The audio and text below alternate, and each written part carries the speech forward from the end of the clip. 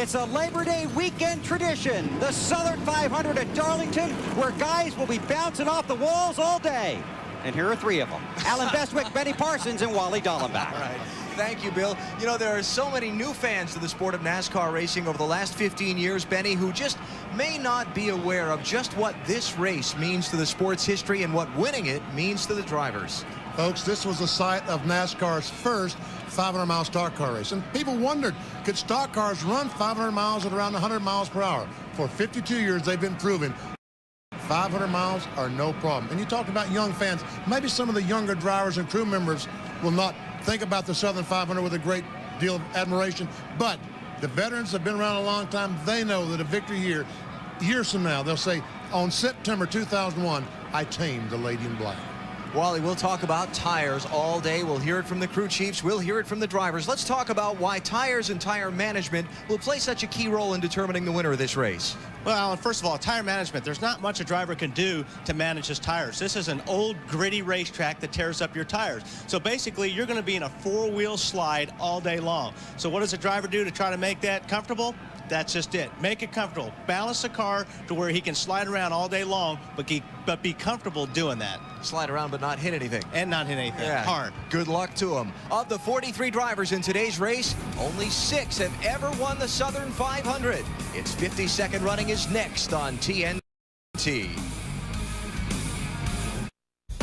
The Mountain Dew Southern 500 from Darlington Raceway in Darlington, South Carolina is brought to you by Casey Atwood and the Dew Crew, fueled by Mountain Dew, by Applebee's Neighborhood Grill and Bar, eating good in the neighborhood, Applebee's, by Budweiser, with the crisp, clean, refreshing taste you'll find in no other beer. This Bud's for you. And by Wrangler, real, comfortable jeans.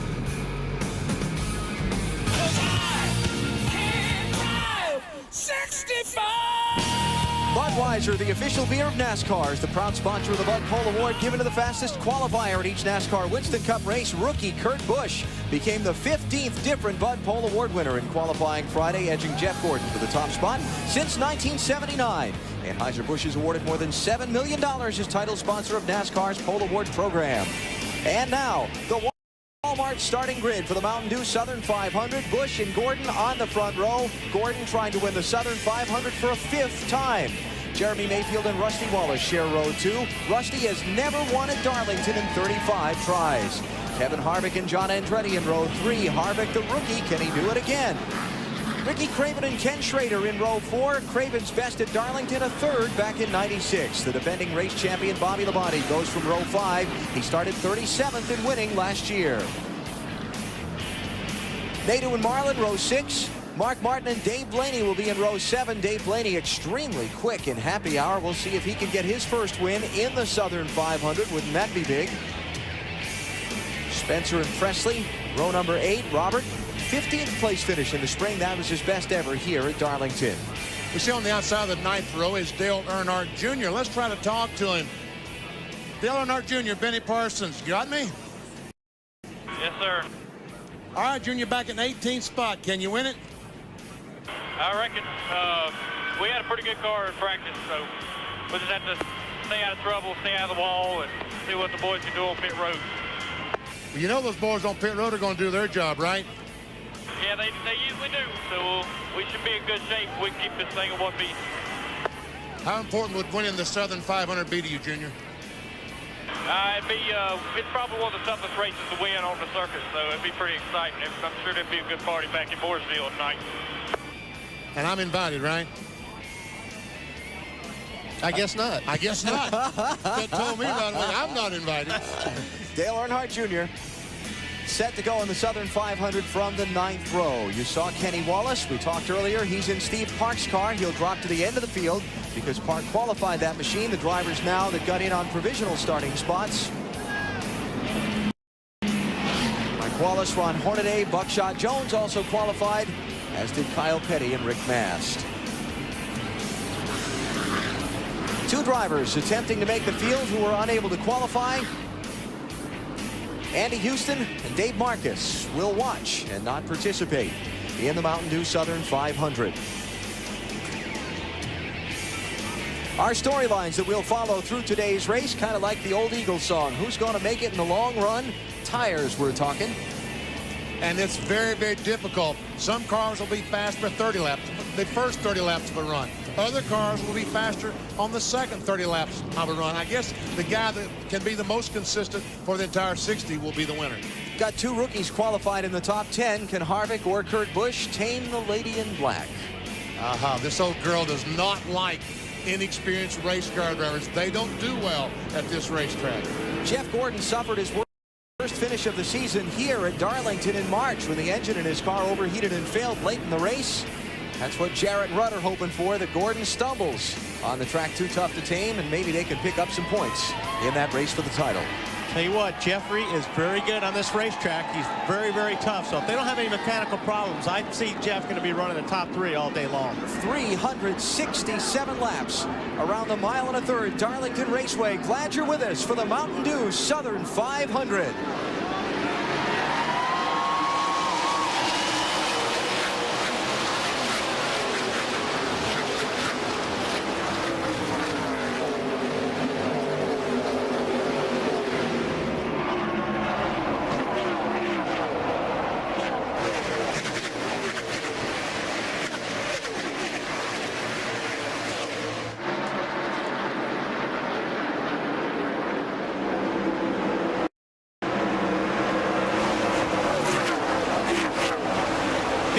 This is the best these cars are going to handle all day long. Yes, sir. This is as good as it's going to get. It started downhill already. Kurt Busch leads, Jeff Gordon second, Rusty Wallace third, Jeremy Mayfield fourth.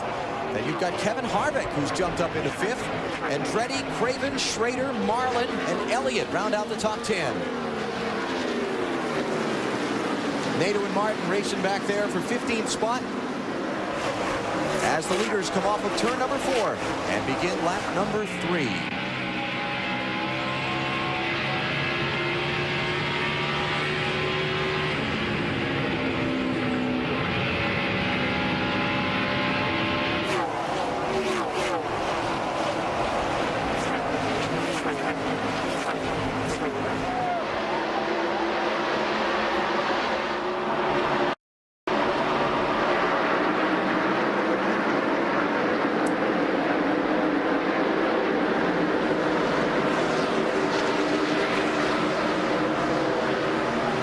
Junior trying to get by Nadeau, could not make the pass work.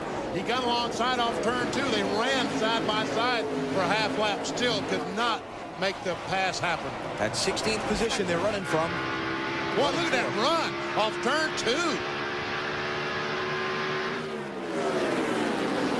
Nadeau has lost a few spots since the drop of the green flag. He started in 11th position. Now he's back to 16th and being challenged there.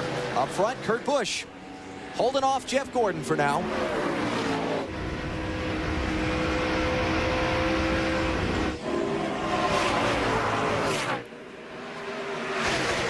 And this is the part of the race where, with a young driver like Kurt Busch, only running at Darlington for the second time ever, his crew chief Ben Leslie is on the radio preaching patience. Don't be in a... I heard James Ince tell Johnny Benson this morning. I was up in the truck talking to him. James said, "Hey, Johnny, don't be in a hurry.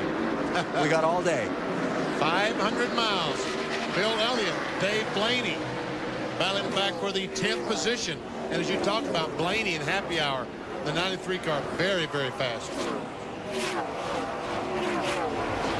I think when you'll start seeing who's really, really good is after about 20 laps. That's when I saw a lot of cars like the 99 car of Jeff Burton and Dave Blaney, and a lot of these guys were running really, really fast, or actually consistent on old tires. That's where you're going to see the big gap. Right now, everybody's pretty even. When you talk to the people in the garage here, the Mobil 1 car, the 12, Jeremy Mayfield, that's the one that they say is going to be awfully hard to beat. He gets around this racetrack so well. And one reason they credit, he drove for Cale Yarborough. And he said when they drove for Cale, that Cale one time told him a tip about getting around this racetrack. And since then, he's been very good here. Cale Yarborough, a 5-time Southern 500 winner. He's won the race more than any other driver. And now Mayfield moving up to 3rd as you look down on Darlington for our U.S. Army Skycam, an army of 1.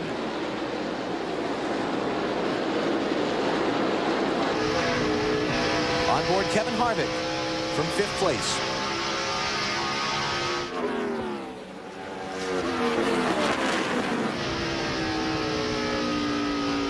Here we go, in between 3 and 4 here. The car goes all the way up to the wall. You bring the car back down. You've got to be really, really easy on the throttle. I always think about the throttle as being an egg here. You got to be very slow and gentle. Down into turn 1, you bring it down low, almost on the apron. He hit the apron there. Back on the gas, crack it a little bit here to get the car to turn. Back on the throttle, shoot down low off the 2, because that wall on the right side would love to bite you when you get off the 2. Let's check the miles per hour down the backstretch as he enters turn 3. Around 173 miles per hour. Drifts down to 121 miles per hour. This is the fastest part of the racetrack. I'm sorry, the backstretch should be a little bit faster than the front, and we see 169 miles per hour. So you get through this corner so much faster, better than you do 3 and 4. That's why it's 4 miles per hour faster down the backstretch. And we'll see probably the overall speed, Benny, after about 25 or 30 laps on these tires. They'll probably lose over 10 miles an hour.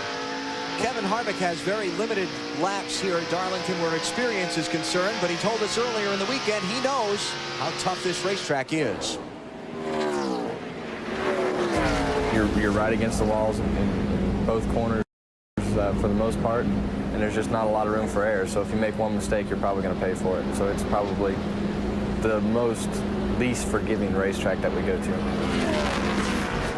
And there's a guy, although he doesn't have many races here, he respects this racetrack, and you have to come here with a tremendous amount of respect for the track.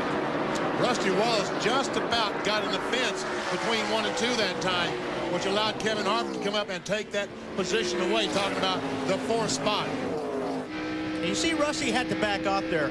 Like I said in the pre-race show, usually when you're on the outside going into the corner, you're going to have to lift because the cars slide so much when you get into the corner. If you're on the outside, the car's going to slide into you and then into the wall. And you're going to slide into the wall. And you can really hear from the microphones in the cars with the cameras how long, like when we were riding with Kevin Harvick, how long and how gently the acceleration process is. That's because there's just no grip. And if you get aggressive with the throttle, you're going to spin out. So that's why everybody's real. It's almost like slow motion when you're driving these cars. They're sliding so much. Oh, 77 got right in the back of Kenny Schrader there. Just a little bit off the 2. Sorry, folks. Didn't mean to startle you, but it startled me. Robert Schrader, rather, got passed by Bobby Labonte off the corner. And in that hesitation, Presley tried to take advantage and maybe misjudged his closing rate. Now watch here. Kenny will probably not race these guys into the corner because it's a bad. See how the 8 cars slid up? Still there. Clear. That's what happens when you go into turn 1. And Martin was able to pass both those cars while they were trying to figure out who's going where, and Martin goes by both of them. So Presley's up to 12th, Martin to 13th, and Earnhardt Jr. 14th. Not for long.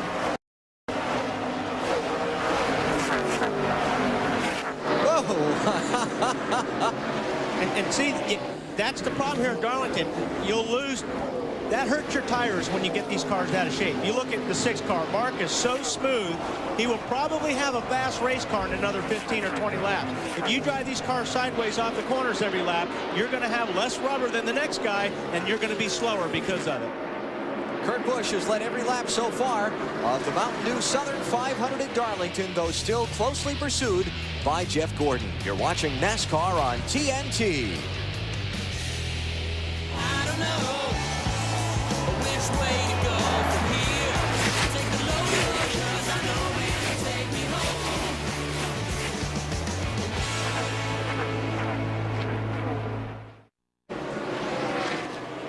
Early in the Mountain Dew Southern 500 at Darlington on TNT, Kurt Busch started on the Bud Pole, has led every lap so far, but there's a new man chasing him. Jeremy Mayfield, the 12th car. We talked about earlier, he gets around this racetrack so well, and he's faster than Kurt Busch right now. Last time he was about a half mile per hour faster. This time a full mile per hour faster than average speed than Kurt Busch. Let's get some reports from pit road on cars in the early going. Marty?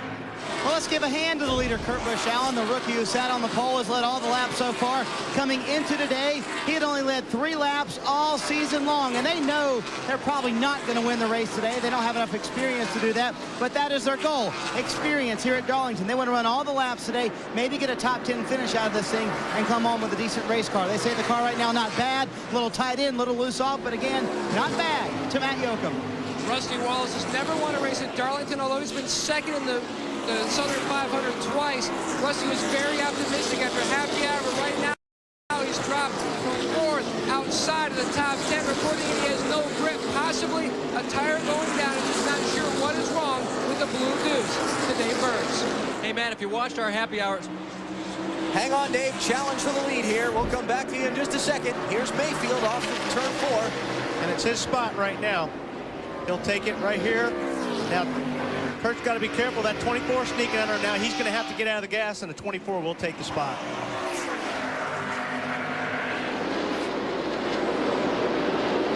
That's another spot up in turn 2. If you're on the outside and you got a car underneath you, you're going to lose. You've got to get out of the throttle to get back in line.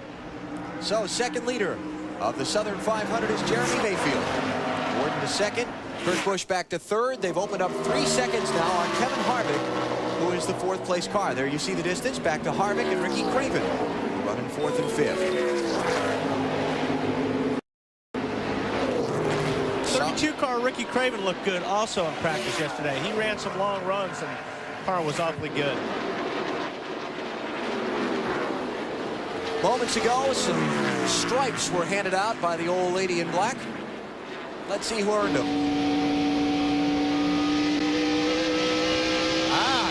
On turn 2.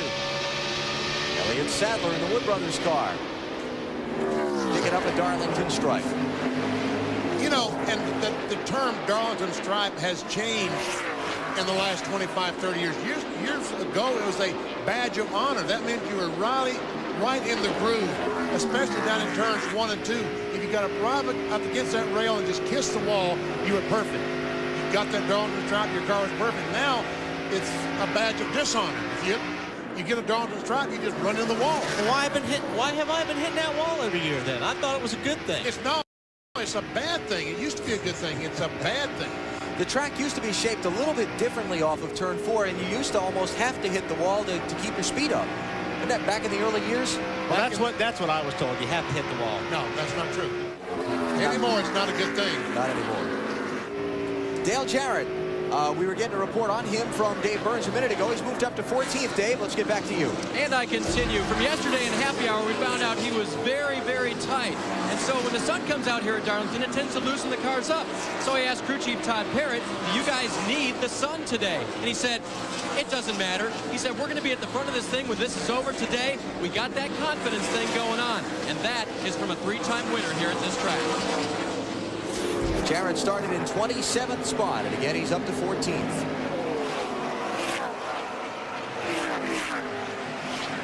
Checking the interval from Jarrett, up to leader Jeremy Mayfield. And by the way, this data coming from the onboard telemetry boxes, all the cars are carrying them here at Darlington today, again.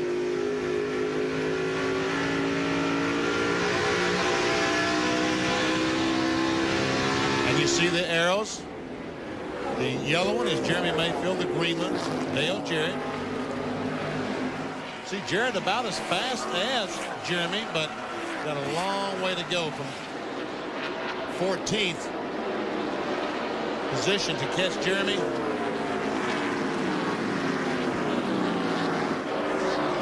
Eighth place, Bill Elliott, Bobby Labonte. A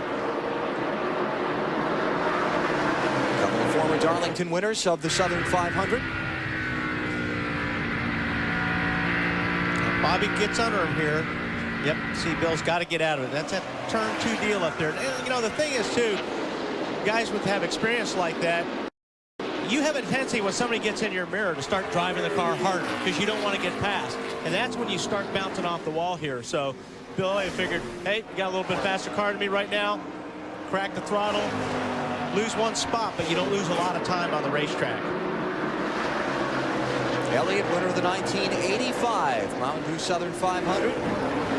Perhaps one of the most memorable victories in all of NASCAR racing, let alone here at this track. We'll see what you think when we get the results of Weber's War Wagon poll on a little bit later on. Hope you cast your vote at NASCAR.com. I believe that's all being tabulated right now. As we watch this battle between Bobby Labonte and Bill Elliott, Dale Jarrett was able to get by the 43 car of John Andretti. So that puts DJ up to 13th place. Bill Elliott, things have been coming on for him lately. You can see the distance back from Elliott and Labonte up to the top 5. There are 4th and 5th, Harvick and Craven. You see here in 3 and 4, there's actually 2, sometimes 3 grooves. At least there's 2 grooves in 3 and 4. You either can run right up against the wall or in the middle of the racetrack. In 1 and 2, there's 1 groove. You've got to be up against the wall going through turn 1 and 2.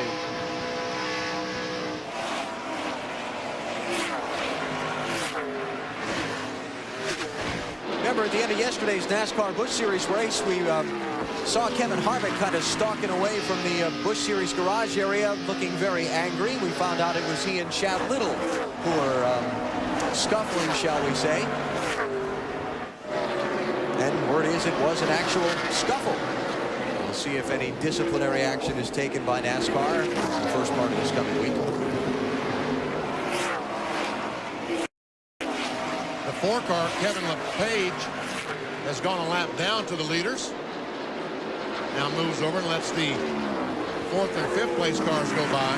Yeah, I talked to Kevin this morning. He considers Darlington his best track and was really kind of down about the fact that they weren't running as well as he thought they should be here. He figures this is his best speedway. There's the silver bullet.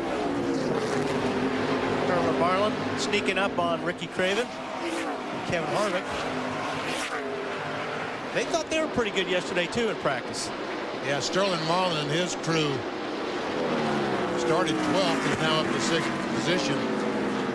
Here's a guy, Sterling and his team manager Tony Glover, been coming here forever. You talk about what a thrill it would be for these guys to win the Southern 500. Big. Sterling has won here at Darlington before. It was the spring race. 1995, he scored a victory driving that Kodak car we were looking at the page in a minute ago. Kyle Petty going a lap down. Todd Bodine, Rick Mast, and Hutch Strickland have also been overtaken by the leader, Jeremy Mayfield. You're watching NASCAR on TNT. Jeremy Mayfield is the leader in the 52nd Mountain Dew Southern 500. He has been out in front for some 16 laps now after Kurt Busch led the opening 23 circuits of the race. The advantage 1.1 seconds on Jeff Gordon, with Busch, Kevin Harvick, and Ricky Craven still holding down the rest of the top 5 spots. But Jeremy Mayfield has to be very careful. We see lap cars direct in front of him. Last year, he was leading the Southern 500, driving away, trying to lap a car, crashed off turn 2, eliminated out of the Southern 500. I don't think he'll make that same mistake this year. He'll be very careful passing these cars. He had led 104 of the first 118 laps in that race a year ago, and it was Dave Marcus that he crashed into, trying to put him a lap down. Now he's closing in on his teammate Rusty Wallace, who started up in 4th position. He's all the way back in 35th and about to go a lap down. Matt, let's get an update on Rusty. And they've been talking on the radio about the condition of the 2-car. Robin, what's wrong with the car? Have you guys come to any conclusion? I don't know. It's lost all its grip. We're going to take some tire pressure out of it, see if we can't get it back. Are you going to short pit possibly because he's losing so much time on the racetrack? Probably short.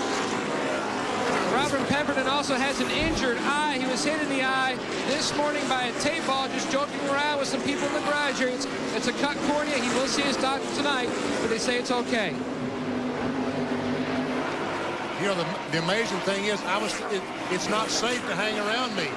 I was standing talking to Robin, and they threw the tape ball at me. You were the target. Yes, and missed me. How did that? He's a bad shot, whoever that was. He is a bad shot. He missed me and hit Robin. Mike Skinner bailing out to pit road. You saw that just in front of the leaders, just in front of Rusty Wallace and Mayfield.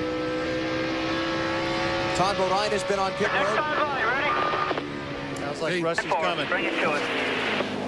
Four tires, down 2, down 1, down 2, right front the same. Elliott Sadler, Kyle Petty, Kevin LePage, Hut Strickland. They've also been on pit road under the green flag. And as soon as Jeremy Mayfield went by Rusty and put in that lap down, there's no point in staying out any longer. Bring it in, and you got to be careful coming into the pit road. So Rusty's in at lap 44. Guys, here we come. Already a lap down. High hopes for the day from fourth starting spot. Matt, they're struggling right now. And Rusty Wallace making his way down pit road. 45 miles per hour, the pit road speed. Rusty is pitting on the front island, just past the tunnel. It's a sharp angle to the left as Rusty makes his way into his pit stall.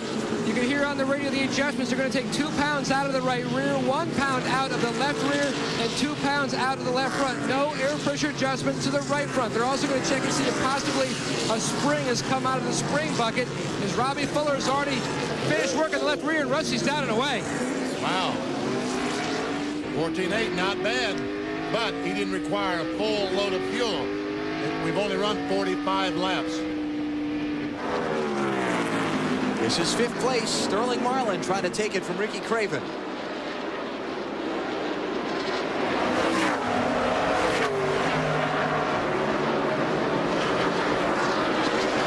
Sterling and I were talking this morning in the garage here about how difficult it is to get for him to get off turn 2. This is going through 1 and 2 right now. And watch this 21 car. Elliott Sadler, he's been in, he has fresh tires, and watch it as he just blows by. Looking inside, not there yet. You can see Sterling. Inside, clear behind him. Sterling pointed out the window to Elliott. Go ahead. I see you. Take the spot.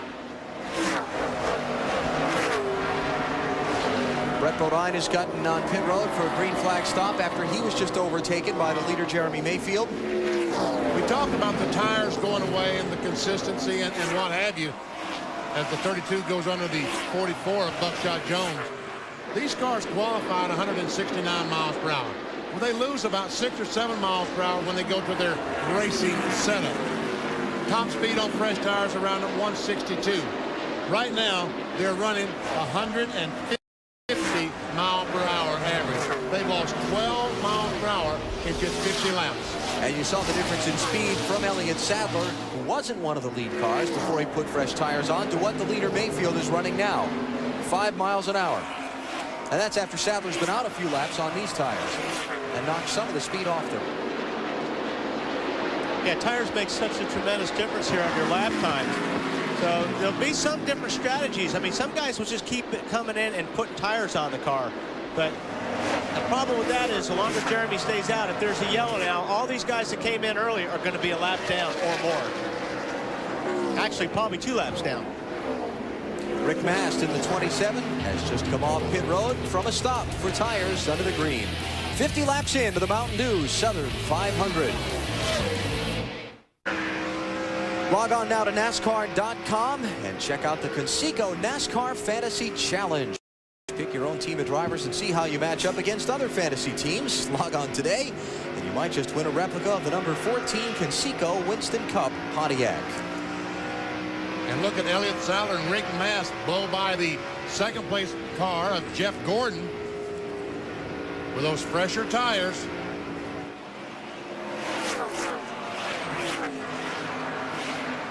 Should be coming up on a set of pit stops for some of the leaders soon. We're at lap 52. Most of the crew chiefs I talked with this morning, BP and Wally, told me if the race went green, they would not be comfortable leaving their driver out on a set of tires longer than 65 to 70 laps. Yeah, I'll tell you, it gets difficult when you're driving out there. It looks like the 93 may have bounced off the wall over there in 3 and 4. Dave Blaney was running in 7th spot. He's got looks like a flat right front tire. Something's wrong with that wheel. Maybe that's after he. Yeah. Flat right front tire. Car's clean though, no scrape marks. Yeah. So he tire went flat and he kept it out of the wall. Marty Snyder. Well, they've had a terrific run thus far. Allen has. Dave Blaney, he had worked his way all the way up to the 7th position. He had started 14th, A little bit of right side damage, as you can see.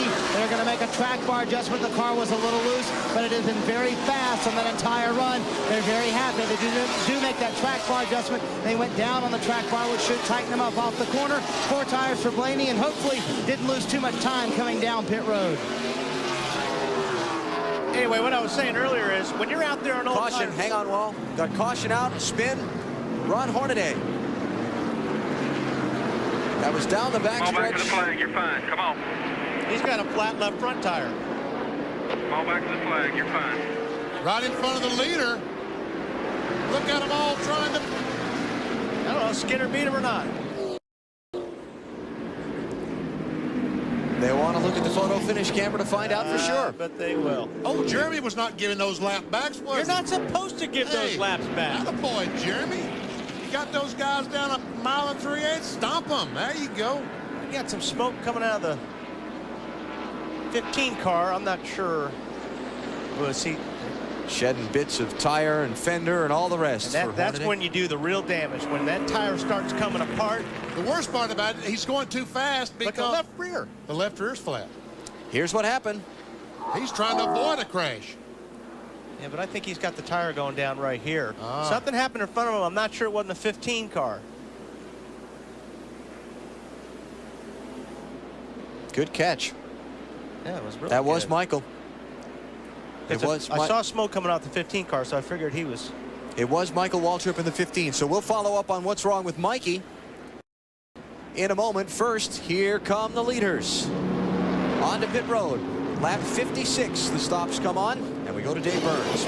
A little loose off the corner for Dale Jarrett. They decided over the radio, they were discussing whether to make a track bar or an air pressure adjustment. They're just going to make a little air pressure adjustment in that right rear tire and send it back out of here with 4 fresh skins on the number 88 car. Let's go to Marty. Kurt Busch is in, a little tight end, a little loose off the corner. They're going to take half a pound out of both rear tires. That should give him more forward bite off of the corner. It will be 4 tires for Kurt Busch. Oh, they're going to have a little trouble here because they got time to come to the left side to Matt Yoakum. No chassis adjustments for Jeremy Mayfield, although he was very loose in and loose off. A slight air pressure adjustment on the left side is Jeff Gordon, who also made an air pressure adjustment and chassis adjustment, beats everybody off to Bill. Bobby Labonte already on and off of pit road. His car was tight in and needed forward bite off. They made air pressure adjustments in both left side tires and the right rear to try and improve the way it's handling. Labonte picking up 2 spots on the exchange of stops. He came in 7th. He is off pit road in 5th position. Michael Waltrip came down pit road with some damage to the right front fender on his car. Let's find out how. I think what happened was that we're going to show you. I think he hit the wall. Yeah, exactly. I tell you, you're sharp. Anyway, over here you see the 14 car in the back. I think he had a tire going about the same time, and somebody got into the back of him. And it Jason Leffler, maybe? 1 car, yep. Yeah, the damage to the rear bumper would be caused by someone getting in the back of the 14. He hangs a left to get down toward pit road, and there it is.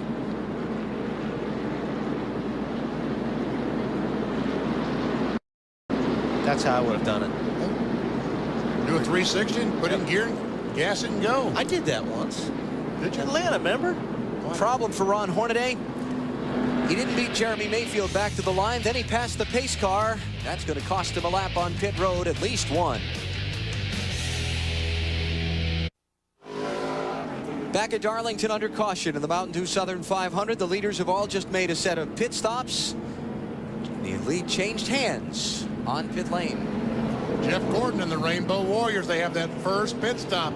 All they got to do is change 4 tires and leap out in front, cross that line. This time it worked for them. They go from 2nd to 1st. See, Craven lost a few spots on the exchange. Some others. Presley, Terry Labonte, Elliott, Schrader, everybody lost a couple spots there. Elliott lost 5 spots. Wow. Bobby Labonte, the gainer there, came in 7th, out 5th. Dale Jarrett up to 7th, so good job by those crews. Let's get some updates from pit road. Here's Dave Burns. and Tony Stewart came in. They were talking about whether to take some air out of both left side tires or just leave it alone. And Tony even said on the radio, I'm thinking. What they finally decided to do was to help Tony getting the car into the corner, and they made a slight air pressure adjustment on the left front tire. Greg Zeppedelli, his crew chief, told me that's all they did. Let's go to Marty. Well, here's Dave Blaney's tire, Dave, and there's a couple little holes on it, but here is the big problem. It looks like something cut into the tire right here, and there is a rip all the way down the sidewall, almost all the way around this tire. That is what happens to Dave Blaney's tire to put him into the wall and force him to come to pit road a little too early. To Matt Yoakum. And Sterling Marlin came out 6th. They made a track bar adjustment and an air pressure adjustment, a little bit of air in the right rear. And also Bill Elliott. He was very loose on entry, very loose in the center of the corner, and extremely loose off. They pulled a spring rubber out of the right front, trying to help his race car. To Bill. Well, an outstanding start for Ward Burton, who had to come from the back of the pack, starting 37th, picked up 1 position every lap for the first 10 laps and kept right on charging. Currently 15th on the grid again after starting 37th, 15.9 on their pit stop.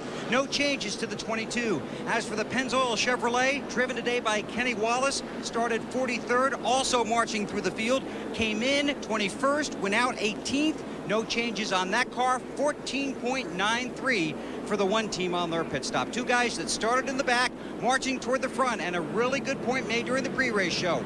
You don't have to start up front at Darlington to finish there out. It's not impossible.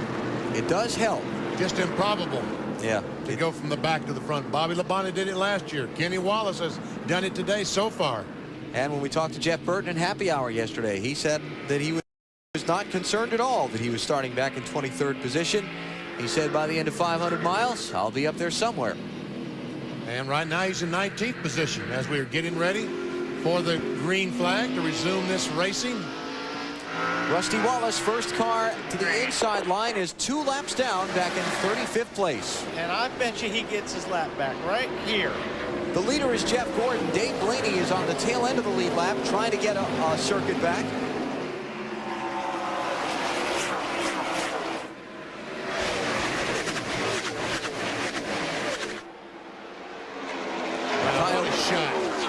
Kyle Petty, the other car down, is also 2 laps back in 36th position. So he's hoping for a quick caution to stay in front of Gordon and get 1 of those back.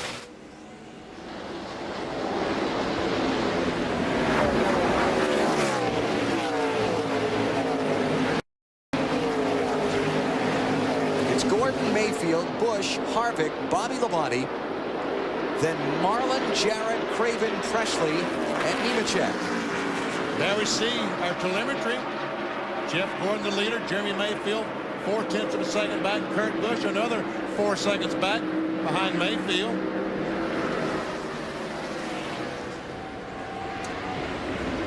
And you see both those cars are losing ground to the leader, Jeff Gordon. Give you an idea where the top 3 stand in relation to the lap down cars in running order on the track.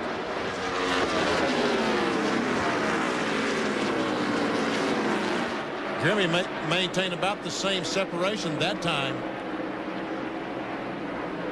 Oh, 43, 45, and 93, very close. And something is wrong with John Andretti, the 43 car. John was running in 23rd spot last lap. And Bobby Labonte's going to take 4th from Kevin Harvick.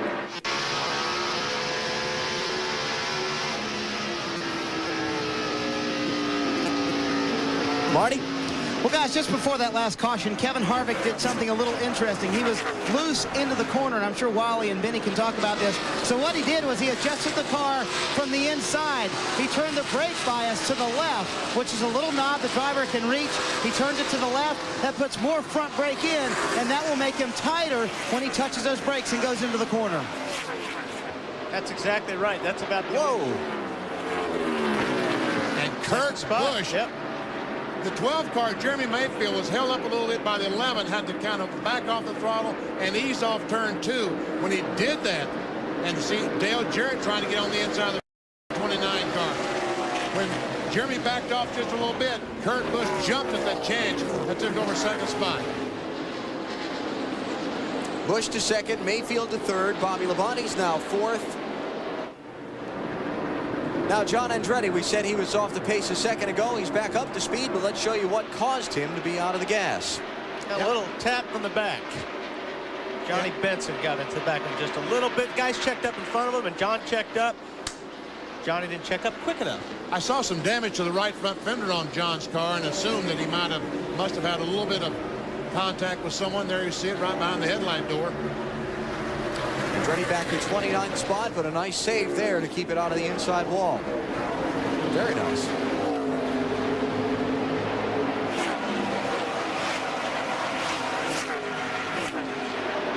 Andretti, one of his best finishes of the season, came here at Darlington back in the spring, but he had a 6th-place run.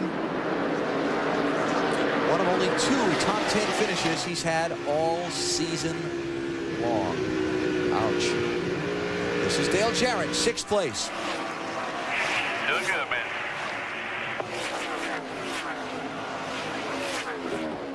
Sounded like Bob Jeffries, DJ Spotter, cheerleading, doing a little cheerleading.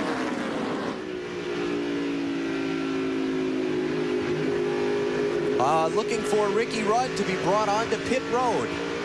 That contact and that shuffle off of turn number 2. Apparently he's got the fender damage there. NASCAR doesn't like the way that's sticking out from the car. They're going to bring him onto pit road and make him fix it. Oh man, that's tough. Haven't seen the black flag yet, but I did hear the radio traffic from the control tower to the inspector in their pits asking him to get it fixed. BP, he needs to get beside somebody and flatten that out a little bit. Yeah, that would be good.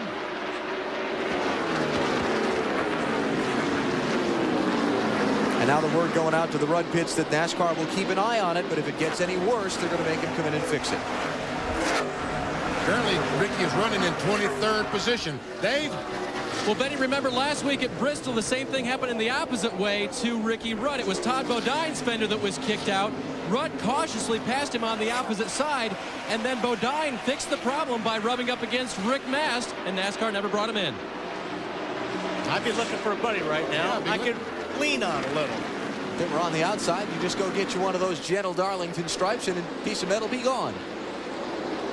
Yeah, outside would have been, it already been flattened out by now if it was on the outside. Yeah. Whoa, look out.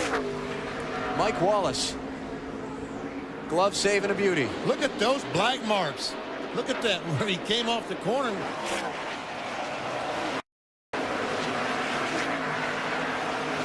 This is Kenny Wallace, 17th place. Jeremy Mayfield just picked himself up a Darlington stripe. Got the right side of the wall with his Ford. We'll have a look at it in a second. There's your leader, Jeff Gordon, as he gets set to complete the first 100 miles of the Mountain Dew Southern 500. And Jeremy Mayfield is back to the 4th position. Bobby Labonte has been able to get by him. Maybe it happened. I see where Bobby Labonte got by him right there as he goes up, brushes that wall. Matt, what happened to the 12 car? Benny, he says the car is loose, the car is tight. I don't know what the car is doing, he says. His spotter, Dale Cagle, looked at it and said it doesn't look like there's any damage.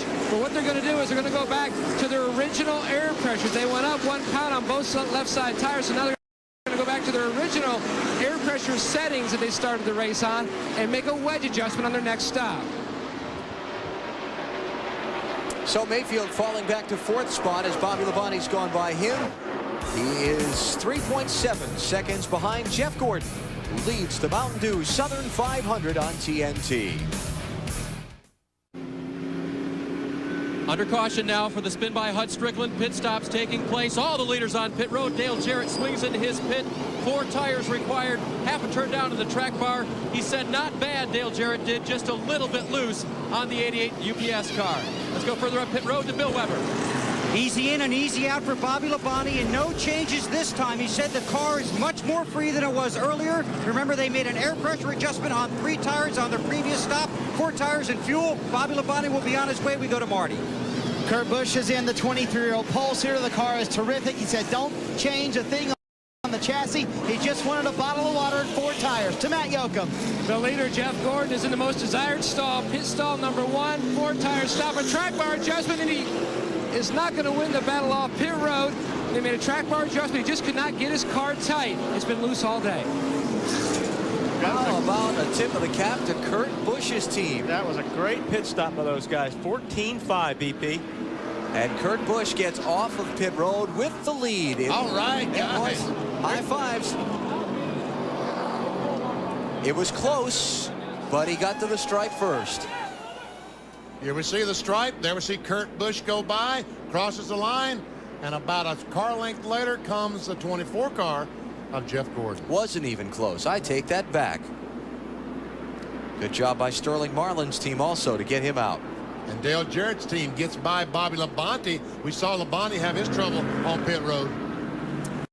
Here's the reason we are under caution for the second time in the race. It involved Hut Strickland. Little damage there in a left rear bumper I noticed there. You think he got some help from the 8 car? At this point, I'd be willing to say yes. Now, here's the real insulting part. He does a great job fighting it. Just touched it. Just kissed the wall with the left front. Just couldn't get it stopped.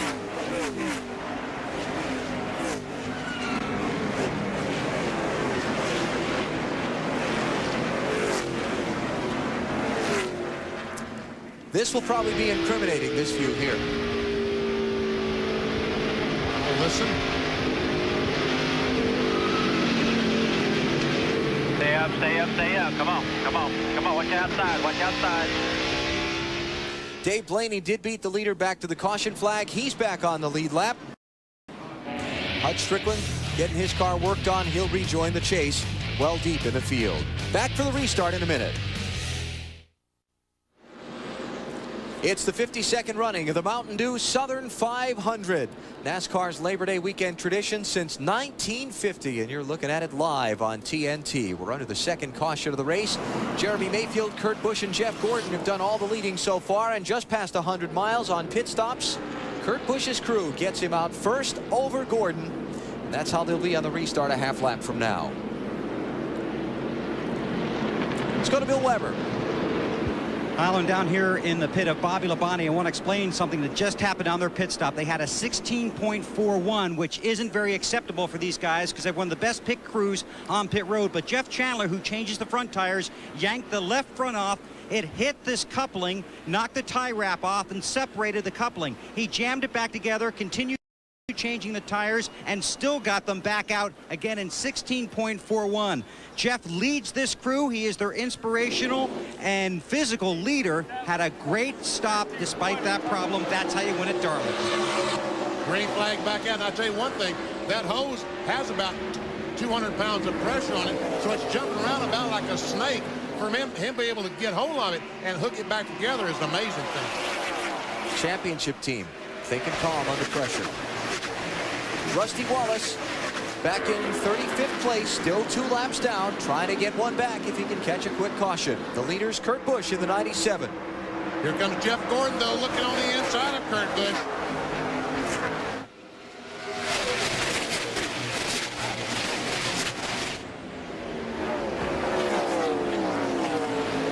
Dale Jarrett trying to challenge Labonte for 5th spot. Check that. Labonte trying to has just taken a position away from Jarrett. That's 4th place, so Bobby's up to 4th.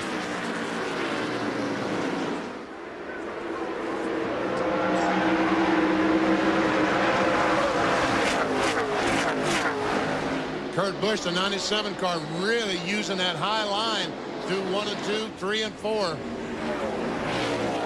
There you see the bubbles over the lead lap cars, those racing for the top spot. The others not highlighted are at least 1 lap down. Jeff Gordon about 0.2 of a second back. We'll see if Kurt Busch able to gain or lose time to Jeff Gordon, and Sterling Marlin was about 0.7.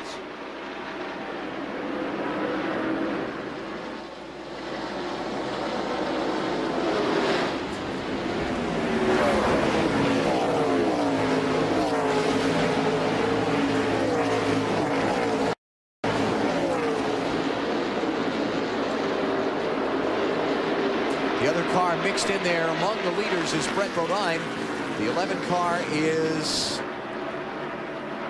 the second one 2 laps down. He's back in 36th place. Made a green flag pit stop earlier, about lap 40 or so. Same thing that happened to Rusty Wallace. He was lapped on the racetrack, but decided to go in, change 4 tires, make adjustments, and pretty soon after that, the caution flag came out, and he lost a lap. Ended up 2 laps down. So impressed with Kurt Busch so far today. Even though we're just past 100 miles, he's led 30 of the 85 laps. In traffic, lapping cars. When the cars were coming up behind him with fresher tires, he's really kept a cool head so far. You see Dale Jarrett getting by Bobby Labonte. Moves into the 4th spot. Jimmy Spencer sneak up there. Yeah, where'd he come from?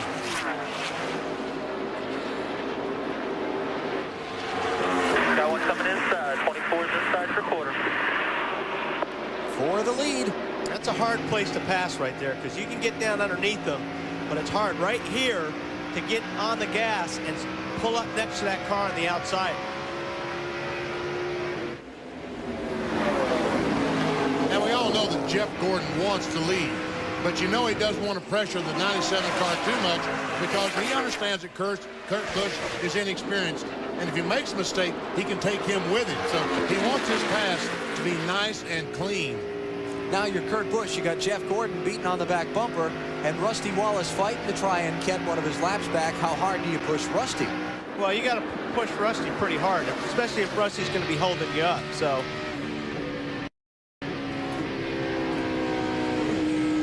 And I think Kurt wants to get in front of Rusty. If you get, there you go. And does. So Rusty goes back 2 laps down, trapped in 35th place. So early in this race. Got to be frustrating for him. But we saw Kevin Harvick. Again, I don't think we're comparing apples to apples, but last week at Bristol in the NASCAR Busch Series race, Kevin Harvick was 2 laps down, came back and won. It's Bobby Labonte trying to fend off Jimmy Spencer as they race for 5th place. Dale Jarrett has gotten back around Labonte. Spencer moving up nicely from 15th starting spot, Marty. Hey, Parsons, you want to know how they got out there? How? They got out there with a fast pit stop, 13.8. Oh. And I'm telling you, the wallet might be coming out, Parsons, because Kurt Busch's team timed their pit stop a little differently than ours, just a couple tenths quicker than ours, 13.3, and the goal is 12.9. You may be paying some money today, Benny. Dale Jarrett goes by Sterling Marlin, takes over the 3rd position. The deal is, folks, anybody makes a pit stop at $12.99 or faster, I got to give every man that goes across the wall $100. The BP Challenge. BP Challenge. And they all know it's there. It's the 52nd running of the Mountain Dew Southern 500 NASCAR on TNT from Darlington Raceway in South Carolina. Glad that you joined us as we continue our coverage of the race for the championship with event number 25 of the 2001 season. Alan Bestwick here with Benny Parsons, Wally Dallenbach, and our entire NASCAR on TNT crew. So far, Kurt Busch, the rookie, has led the most laps. Started on the pole, led the first 23 circuits. Then Jeremy Mayfield got out front. He led from lap 24 to 56. Jeff Gordon led from 57 to 78. Then Kurt Busch beat Gordon off pit road on a set of caution flag stops, and he's been out in front from 79 to where we are now at 91. Only 2 caution flags. Michael Waltrip and Ron Hornaday involved in an incident on the backstretch at lap 56. Both have continued. And then a caution at lap 78 for a Hutch Strickland spin off of turn 4. He also has continued. And the 01 car, Jason Leffler, just might be our first retiree. He's taking his car back to the garage area. They're looking to see if it is an engine problem or maybe an ignition problem.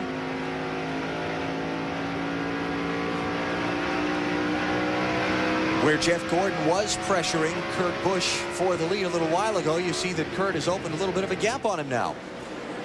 Where was it that Kurt ran so well? The Brickyard 400? Yeah. I mean, he's had this year just a couple of terrific races. He's had some that he looked like a rookie, but a few of them he has looked terrific. And today, I think, is one of those days he's looking terrific. best finish of the season for Kurt Busch so far, a third-place run at Talladega back in April. Now there's Dale Jarrett running in third spot with 12 races to go in the season. He comes into Darlington some 379 points behind Jeff Gordon in the race for the championship. A tough month of August set Jarrett from being virtually even with Gordon to well behind. And we talked with him earlier in the weekend about trying to catch up. He says to do that, he needs top 5 finishes every week until the season's over. Well, we've got to finish up from here out. I mean, you know, we finished 6th last week, and Ricky finished 4th, and we both lost points to Jeff. So we know that he's going to be tough. But if he should have problems, we know our job these last, whatever, 12 or whatever we have left is to finish in the top 5. And we need to win races. We need to lead some laps. But we can't finish, certainly not out of the top 10, but we need to be in the top 5 every week. And where do the 3 top contenders for the NASCAR Winston Cup title stand in the race at this point? 2nd, 28th, and 3rd. 3rd coming fast, though. Dale Jarrett's one of the fastest cars on the racetrack right now, so Dale he's Jarrett, reeling them in. Dale Jarrett has won 3 of the last 9 races here at Darlington. He's batting .333, which is a very good average at this track, though he has never won the Southern 500. His dad has. By 14 laps. You know, I'm wondering what in the world happened to Jeremy Mayfield. Matt, have any idea? He is reporting in a possible wheel vibration. They're talking about bringing the 12 car down pit road because they feel like he can't go on much longer. He says the vibration is getting worse. What they're also going to do down here, Benny, is they're bringing over Billy Wilburn and his tire carrier from the 2, which is Mike Goins, because they have had some trouble on the front. They've been trying out some people, so they're bringing Wilbur over to help out today. And I just checked in Tony Stewart's pit with crew chief Greg Zipadelli, and Tony actually gained spots on pit lane. They picked up 4 positions, which was great, but then he lost a couple in traffic, and Greg tells me that the car went just a little bit loose. Now Tony just radioed in, and he said, well, it's not getting much worse, but it's not getting any better. So Greg radioed back, just race the racetrack. It's an old cliche, but it's true. And Tony said, you got it, buddy. Tony Stewart out there racing hard. Stewart has just picked up the 11th spot from Mayfield. And now we look ahead at the race for 5th. Now I just saw Sterling point his hand out the window, pointing to the left. I think he wants Jimmy to go by on the left-hand side, and he's not going to fight that too hard. So Spencer into the top 5, and Marlin falls back. He's in 6th. Kevin Harvick now closes on him. Harvick in 7th and trying to advance. The Mountain Dew Southern 500 on TNT.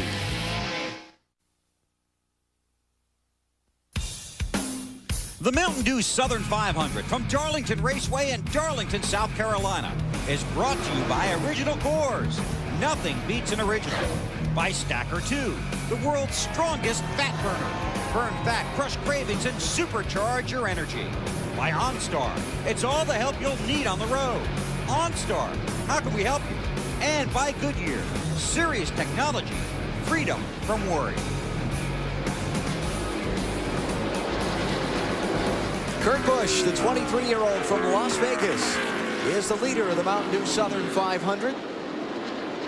Coming up next on TNT, on the East Coast, Get Tough with Patrick Swayze and Roadhouse. On the West Coast, don't miss the drama of the Goodwill Games. That's next after racing here on TNT. All right, folks, you saw it, didn't you? The white car, the UPS car, in 2nd spot. DJ has taken over from Jeff Gordon, driven away and closing in on the leader, Kurt Busch. 105 laps complete, 105.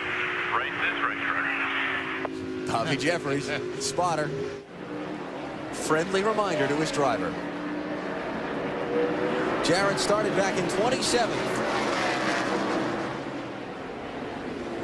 Up to 2nd in 105 laps. That's pretty good.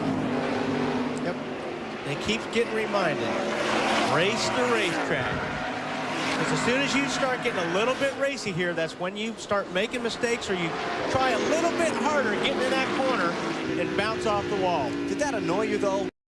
as a driver to have somebody come over the radio and just keep saying things like that to you? No, they should have told me on the first lap one time. Let's check out the telemetry on Dale Jarrett as he goes down the front stretch. You'll see his top speed is 169 miles per hour.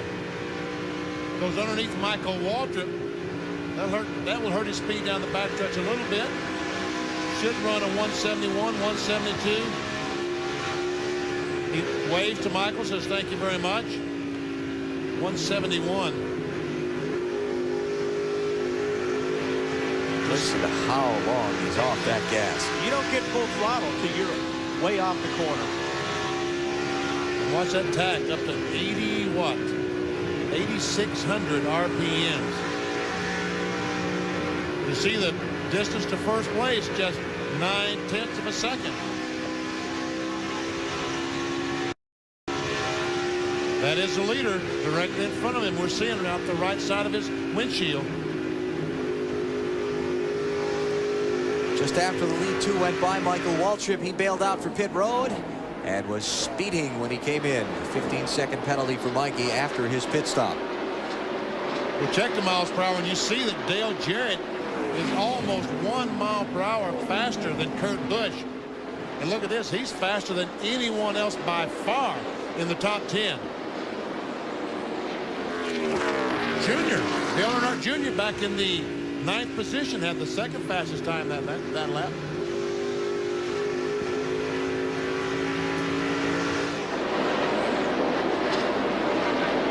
Aerial views of Darlington Raceway, courtesy of the United States Army, an army of one. There are 212 ways to be a soldier. Find out more at GoArmy.com. Kurt Busch and Dale Jarrett, the top two in the Southern 500. It's time to move on. It's time to get going. It's time to move on. It's time to get going.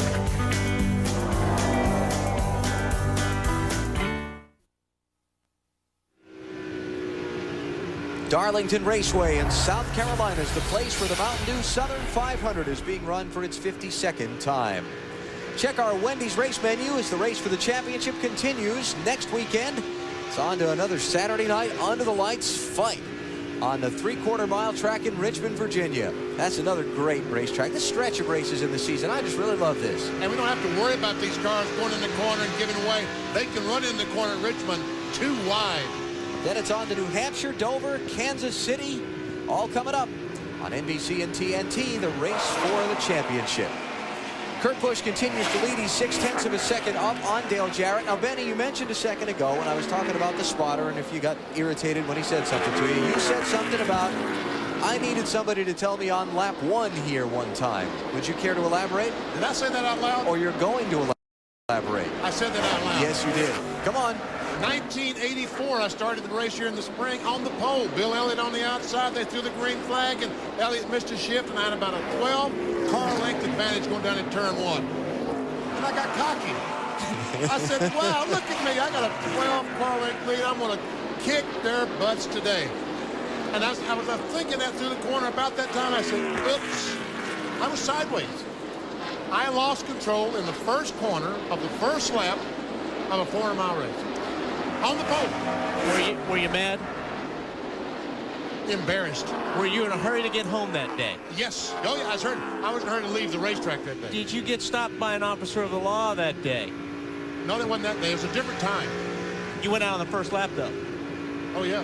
Because coming in this morning, I came in, there was a guard there by the gate. And I walked in the garage area, and he said, hey, ask BP how many tickets he's gotten going home from this racetrack. And I stopped and turned around. I went, well, why don't you tell me a story? And he said, well, I was listening to the race, and BP went out on the first lap, and about half hour later, I stopped this guy, and I get his license, and I go back to write him a ticket. I said, this guy's Benny Parsons. He ain't Benny Parsons. He's just out there racing. He can't be here so quick. Went back to the car, and he saw your head, and it was you. Hard to not recognize this head, right, folks? Uh-huh. Really? He said he didn't give you a ticket. Thank you very much. I don't know why. You didn't tell me his name either. Kurt Busch has been the man in this latest stretch of the race. He got the lead on an exchange of caution flag pit stops from Jeff Gordon. And he has not been headed since. And after Dale Jarrett started to track him down, he's kind of stabilized the distance between the two. Hey, what? Kurt's running a good race. He's had clean racetrack, but now this is where it's important. You got to get through traffic. And you know that Dale Jarrett, the 88 car, is very good at getting through traffic. Here comes the 97, and you're hoping you're going to get a little help from these guys when you come up on them. But you know that Kurt Busch is not going to get the help from these guys that a Dale Jarrett would. When they look in the mirror and see the 97 car, they're going to say, well, I'm as fast as he is. I'll just try to stay in front of him. If it were the 24, 88, 28, some of those other cars, they'd move over more readily than they will for Kurt Busch. And that's just because he's trying to gain respect. He's a rookie, and, well, let's be honest, these guys he's coming up passing are mad. Hey, this guy's outrunning me. Rookie. A 23-year-old kid from where? Las Vegas, Nevada. Wow. In Darlington, where you're rookies. This racetrack hates rookies. Is it too early to mention that 5 drivers have scored their first ever Winston Cup wins here at Darlington? Really? Now, remember, we're going back to 1950 here. Oh, this that track's doesn't history. count. Now listen to the list here. You'll know most of these guys, BP. Larry Frank, yes. 1962 Southern 500. Johnny Mance, 1950 Southern 500, the first one. Nelson Stacy, 1961 Southern 500. Then Terry Lamonti, 1980 Southern 500, and Lake Speed in the spring race 1988. Those 5 drivers in the 96 races that have been held here at Darlington are the only ones who have ever scored their first Winston Cup wins here. I was only around for 2 of them. You were here before that. I remember Terry Lamonti's victory in 1980 very, very well. As we ride along with Kevin Harvick, the GM Goodrich car, currently in the 7th position as he tries his best to chase down Sterling Marlin.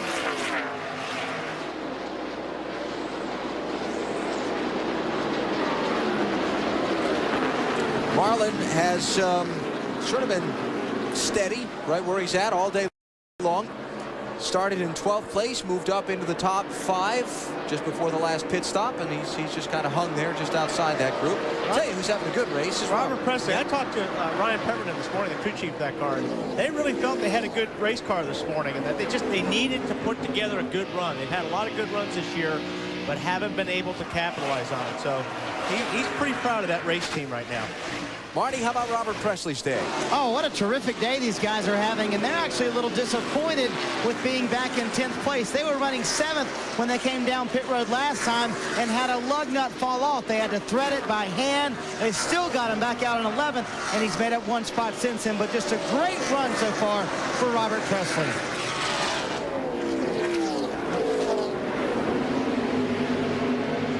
Looks like he's closing in on the back bumper of the 22 car. Ward Burton.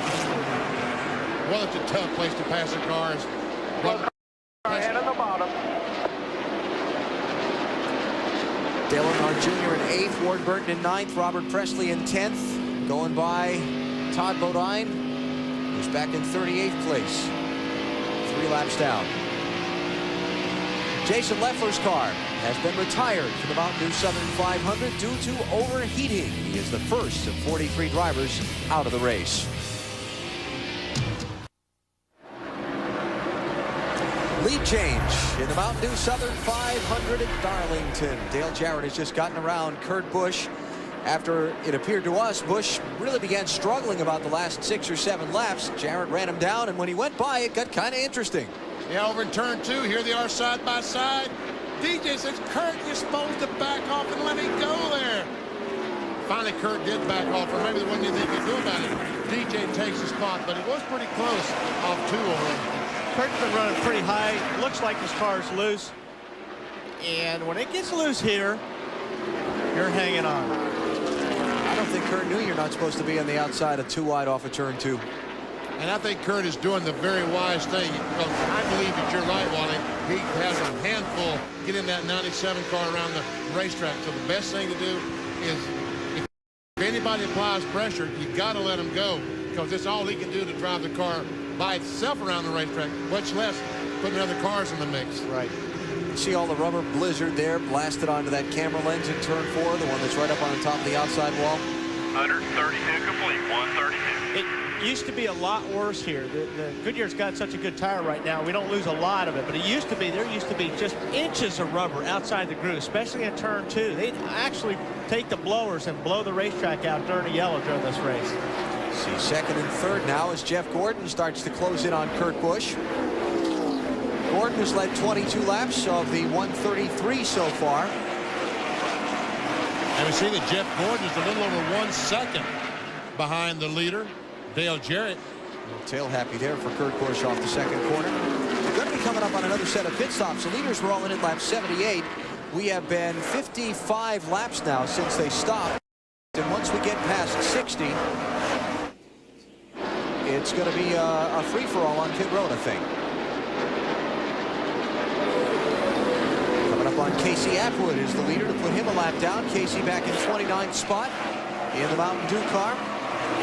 Casey's got about the same problem that Kurt Busch had last week.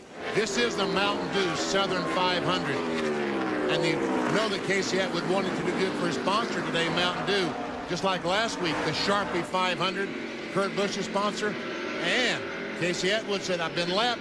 I'm getting me some 4 fresh tires. Kevin LePage is on pit road ahead of Casey Atwood, way down the pit lane. And this stop at lap 135. There's LePage.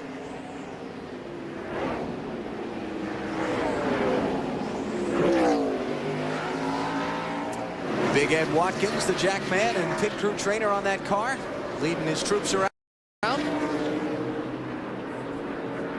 Ed's a former football player in East Carolina.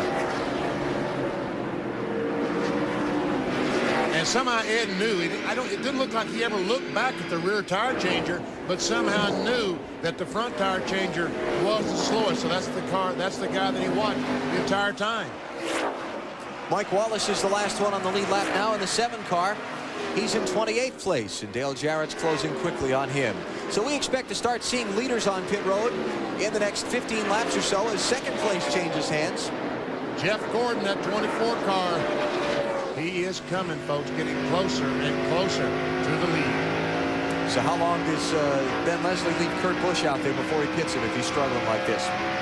Well, troubles for Blaney. He's gotten into the wall again. Well, he didn't get into the wall the first time. Right front is flat again. That's the second time he's had problems with that right front tire. Caution. Caution is out for Dave Blaney. Debris has been dropped from his car. He's about to lose the tire on that car. Ward Burton was on pit road when the caution came out. He's just gone screaming through the pit lane. Same for John Andretti.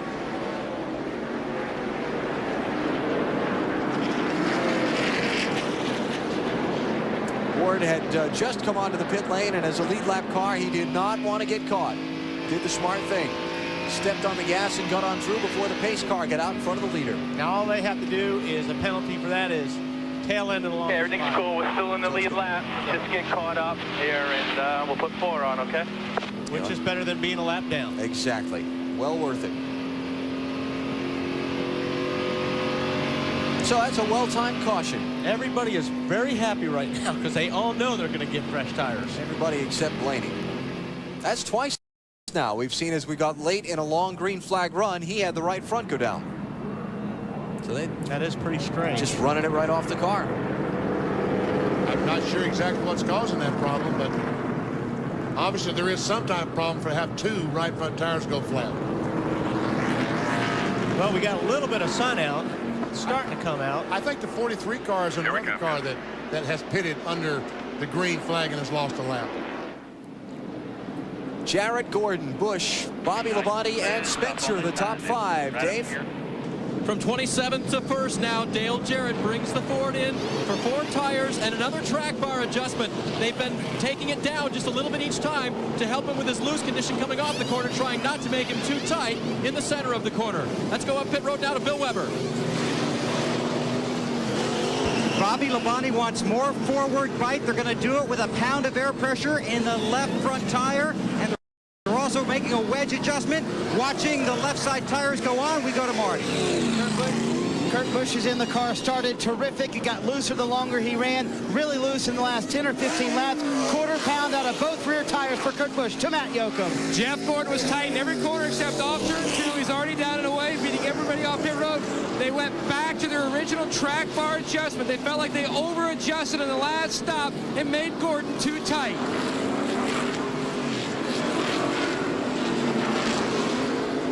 See, Bill Elliott was one of the last ones to get to his pit stall, so he's just getting away. Second stop in a row. Jeff Gordon's team got him out with the lead when he didn't have it coming in.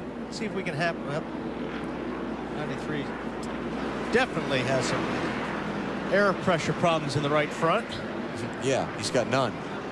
And there the cap comes off the tire, what you were talking about, Wally, just before it happened.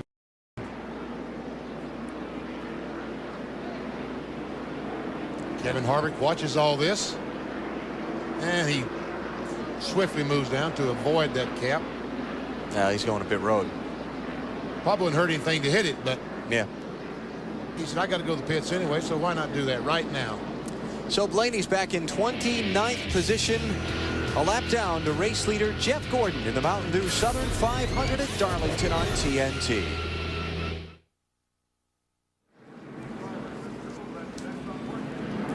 At Darlington Raceway, NASCAR on TNT bringing you the 52nd running of the Mountain Dew Southern 500. We are under caution for the third time after Dave Blaney scraped the wall and dropped some debris from his car.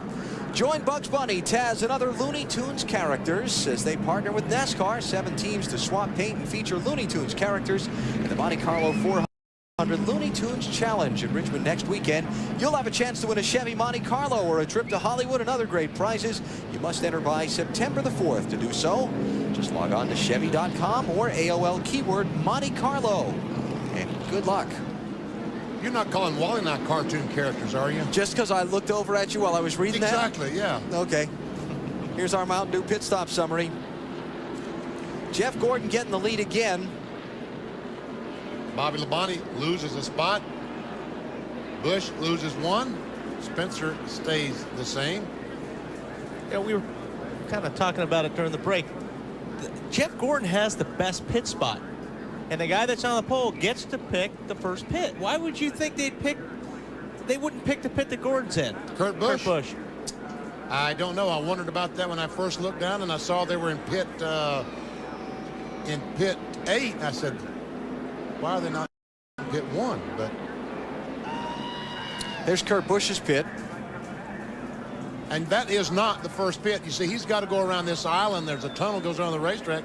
And all the way down there is where the 24 car is pitted.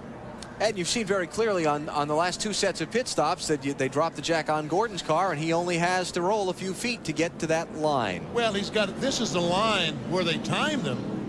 But still, it's a lot. It's not a very long distance to get down to that line.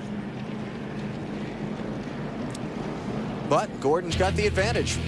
And he's used it to his advantage twice. On the last 2 sets of pit stops, Gordon has come out with the lead. The restart when we come back. Since 1950, Labor Day weekend has meant Darlington, South Carolina in the NASCAR world, and we are at the 52nd Mountain Dew Southern 500, keeping the tradition alive once more. Tough old racetrack, the toughest on the circuit, oddly shaped because of a minnow pond. You see right at the top right of the screen. Didn't want to get in the way of the pond, so they had to make one end of the racetrack narrower than the other when they built it, and boy, it's a handful for the drivers. Log on to NASCAR.com and play the AutoTrader.com Move of the Race sweepstakes for your chance to win a $25,000 shopping spree on AutoTrader.com and other great prizes. To pit road, Matt Yoakum. Well, Alan, Sterling Marlin has never won the Southern 500. He does have a spring win here, and he would certainly love to pick up a Southern 500 victory. Right now, his race car, the 40 car, is very, very loose. I talked to Tony Glover. He told me they pulled a spring rubber out of the right rear, also made a wedge adjustment and an air pressure adjustment. He said we didn't have that much left to adjust to try to tighten up this ill-handling number 40 machine. Marty? And Matt, this is what is left of Dave Blaney's right front tire, and obviously very, very destroyed. I asked Doug Randolph, the crew chief, is anything possibly rubbing against the tire? He said, no, that's not it. So what they did on this next stop is they went way up on air pressure. They're concerned that maybe they were too low on air pressure on those first 2 runs, but clearly 2 damaged right front tires have cost a very fast race car a chance of winning this race. getting ready to go to green on the racetrack, guys. Green flag, green flag. 30th spot, 1 lap down.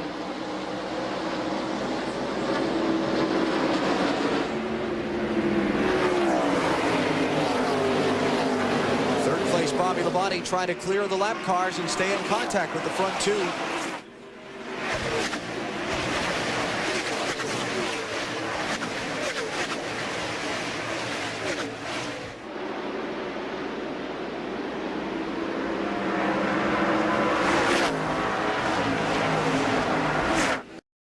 Oh, Kurt Busch almost got the wall off turn 2 that time. Todd Bodine has turned his car into the garage. We'll get a report there in a moment as to what's wrong on the Kmart car. It's Gordon Jarrett, Bobby Labonte, Kurt Busch, and Jimmy Spencer, the top 5. Then Kevin Harvick, Sterling Marlin, Jeremy Mayfield, Tony Stewart, and Robert Presley. The rest of the top 10, and Stewart trying to get 9th spot away from Presley in traffic. And he's been able to do that as a 20 car. Tony Stewart goes by as well, and they are 3 wide going down to turn 1. This is not going to work. Not very pretty. Kenny Schrader wisely backs off. Wiser heads prevailed. Schrader is on the lead lap. He's in this mix for position here. 11th spot Kenny's in right now. And here comes Kenny Wallace at Pennzoil, #1 car. Remember, in relief drive for Steve Park. Schrader's 11th, Kenseth in the 17 is 12th, Wallace in the 1 is 13th. Maybe not for long. Give him another spot.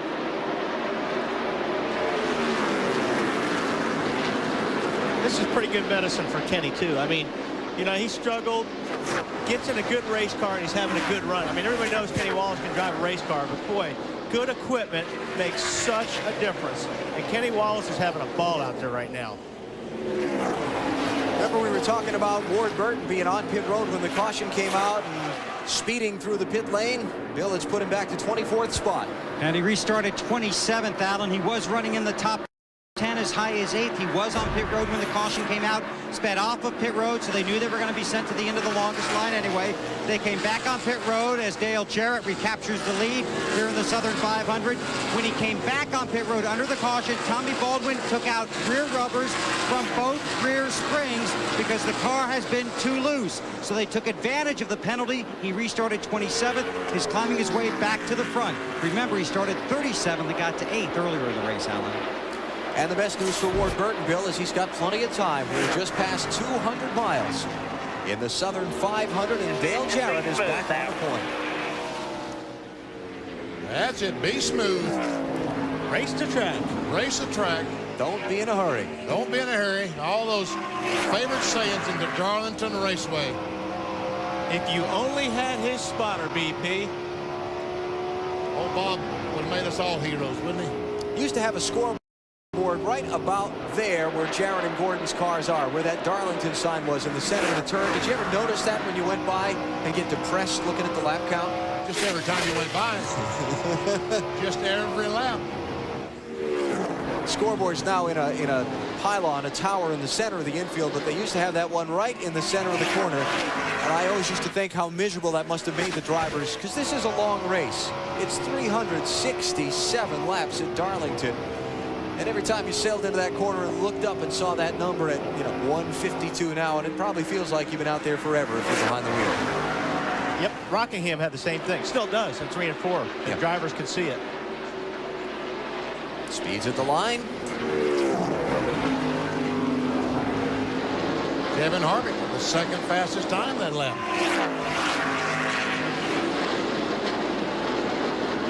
But the leader, Dale Jarrett, had the fastest time.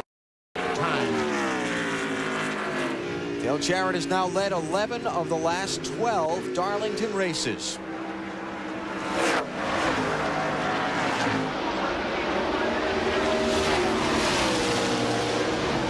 And the two guys in the lead are 2 of the 3 who have really dominated action here at this racetrack. Between Dale Jarrett, Jeff Gordon, and Jeff Burton, they have won 10 of the last 12 events here. Yeah, the world's exactly as it should be, with Dale Jarrett leading and Jeff Gordon running second. And Jeff Burton back in 15th place right now, trying to get up. We talked about Todd Bodine taking his car to the garage a minute ago. Liz Allison is with him. Todd, it looks like you've been struggling a little bit out there today. What's going on? Well, we've been struggling all year here at Darlington. We were terrible in the spring, and we were terrible again today. And finally, the transmission on that last restart, third gear went out of it, and when we got the yellow, first and second went out of it, so we had to change the transmission. But the car is pretty bad. A blue light special, Kmart blue light special, we just missed it. I don't know what we're doing wrong. We've run well just about every other racetrack except for here and Rockingham, and they're two racetracks that are really hard to get a hold of, and we're just missing something. But we're getting better every week. We just stumbled this week, and we'll come back next week at Richmond and we'll get them there. Looks like you're still working on the car. You going to try to get back out there? Yeah, we're actually going to change 4 shocks and 2 springs and the transmission, so we're going to actually use it a little bit as a test. You know, we'll probably be 45, 50 laps down. We'll go out until there's 50 laps to go and then park it. All righty, there's a word from Todd. Alan. You know, he talks about a test session. What he means is he's basically, there's no chance for a good finish here. So what they're going to try to do is they're going to change the setup and go out and run and see if they can learn anything for when they come here the next time.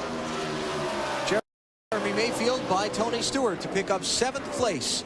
All that going on, though, some 8 seconds behind Dale Jarrett, who leads the Southern 500 at Darlington.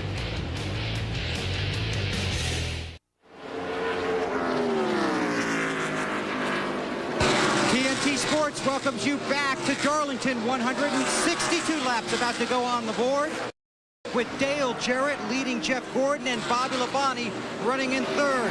One of the stories that continues to unfold, the great run here by Kenny Wallace in relief of Steve Park, who was injured in a crash in the Busch race here on Saturday, is recovering from those injuries, but a spectator away from the track today.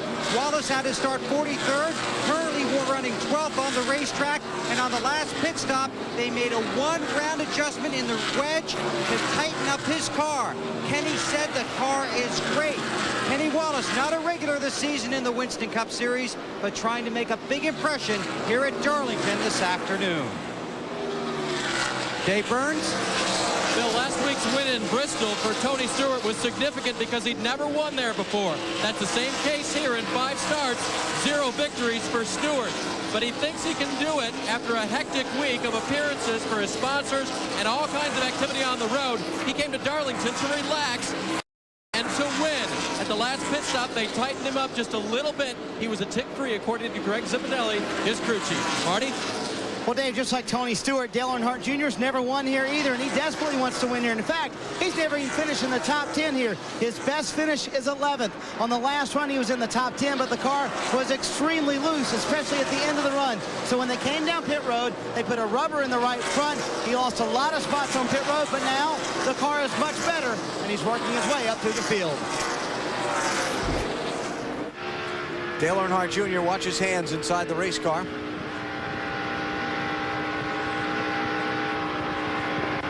Behind a slower car right now, which has slowed his speed down, and the car, you can see, not bad at all through the corner. That's the Brett Bodine car that he's trying to get by.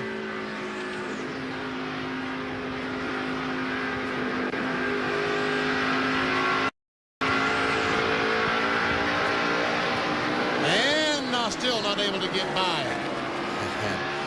Brett Bodine back in 35th place, some 2 laps down. Talking about Kenny Wallace up in 12th position. There we saw those hands about to go back to the right violently. That's trying to correct a loose condition. Grab your Keep racing the track. I'll work with his spotter. We'll slap him after the race. This is crazy.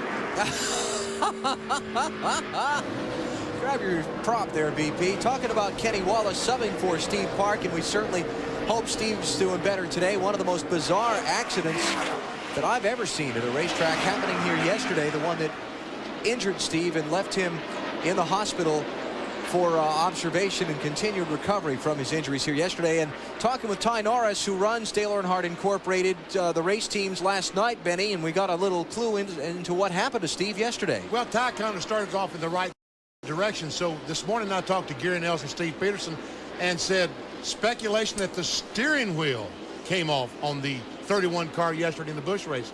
And they said, well, we can't be sure because Steve was unconscious when they got to the car, but somehow involuntarily he may have taken it off.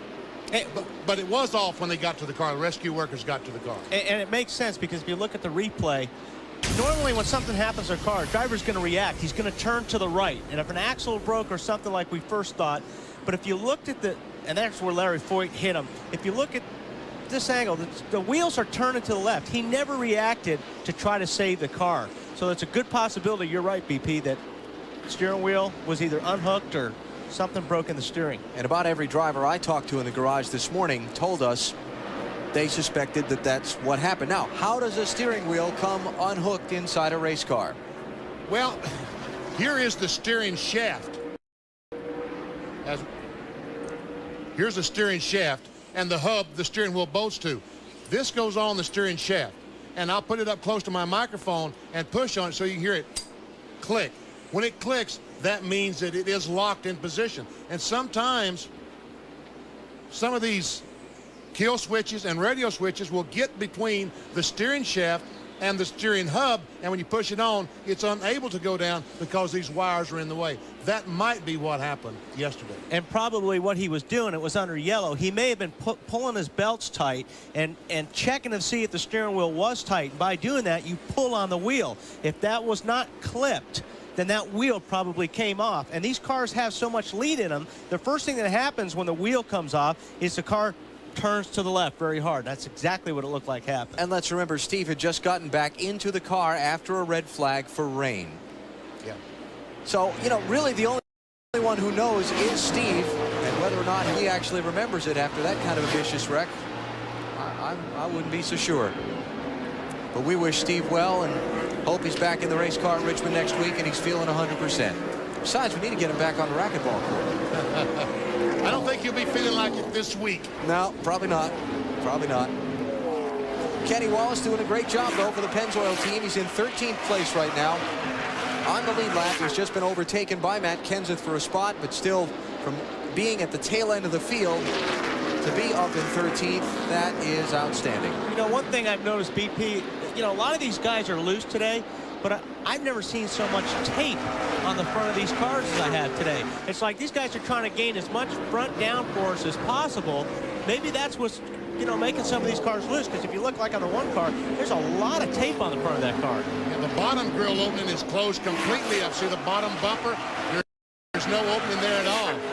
Trying to help the downforce situation on the car. Right under the Monte Carlo. They have some openings there where they can get some air to the radiator. But it's not a usual Southern 500 day. It's a what, 85 degrees or something outside? Very comfortable. I'm sure the guys down in the pit area would agree. It's very comfortable here today at Darlington, so they don't need all that opening in the grid. And I'm surprised that some of these guys haven't maybe tried that, taking a strip of tape off the front to see if that will tighten the car up a little bit. Dale Jarrett is the leader. See Kurt Busch closing in on Jeff Gordon for second. It's the Mountain Dew Southern 500 from Darlington. Back in a minute. You're watching NASCAR on TNT. Can't fight the need for speed. I'm loose, I'm clean, I'm gonna lead and me.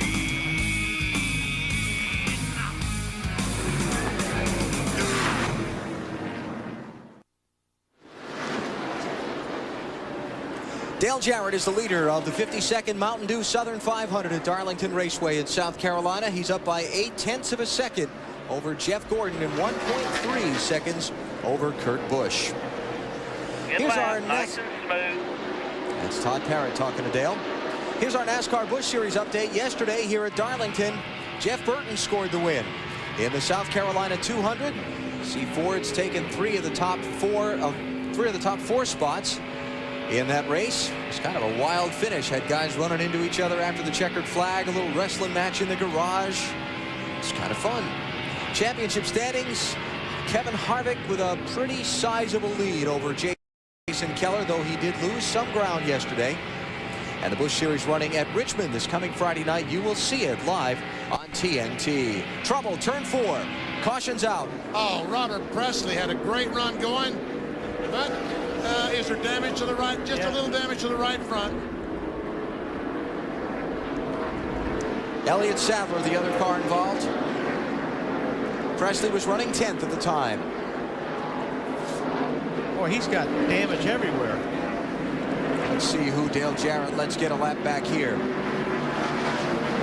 And Mike Skinner's going to get one of his laps back. Right along with that 6 car, he looked like he was loose. 4th caution of the race. Another one of those conveniently timed things, too, that's going to bring everybody back to pit road just about when they were going to start to really hear a lot of whining out of that driver for a new set of tires. Rightfully so. See if we can find out what happened here, BP. All right, there we are. The two guys involved, the 21, Elliott Sadler and Presley. Oh, Sadler goes up, hits the wall, gets sideways, comes down right in front of Presley. Yeah, Robert had nowhere to go there. He just bounced right in the front of 77 car. What a tough break for Robert. Sterling dodged a bullet there. I mean, he just got into the 21. Actually got the 21 out of his way, but I don't think he's got too much damage to worry about. They're definitely going to have to fix that 77 fender, though. Leaders coming to pit road. Stops will be at lap 182, Dave. Dale Jarrett is in. The adjustment they did last time did not work. They're taking that out right now. They've already made the new adjustment, which is a round of wedge in the left rear to try to help him free the car up coming off of each corner here. Bill? Bobby Labonte fairly pleased with his car, but they are going to take a half-pound of air pressure out of both rear tires. Working on the right side now, swing around to the left. It doesn't need all the fuel. They get an extra man to clear the windshield. We go to Marty.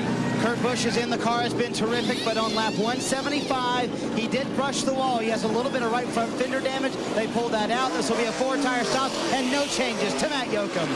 Jeff Gordon keeps going back and forth between loose and tight, loose and tight.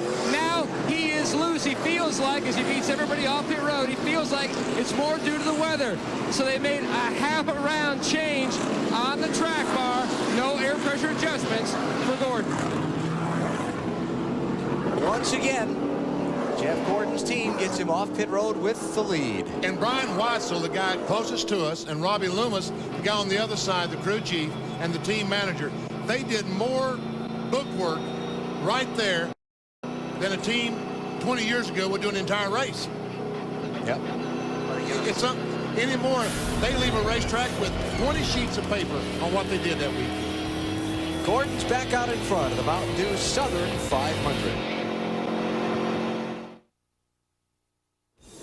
A sold-out Darlington Raceway hosting the 52nd running of the Mountain Dew Southern 500, NASCAR's oldest race, and one every driver wants to win. We're at the midway point of the event now. Next weekend, it's on to Richmond. Friday Bud Pole qualifying and happy hour on CNN Sports Illustrated, followed by the NASCAR Busch Series race at 8 p.m. Eastern on TNT. Then next Saturday night, the Chevy Monte Carlo 400. Also on TNT, and we are ready for the restart. And here's Blaney's best chance right now to get his lap back. Boy, he got smoked on that deal.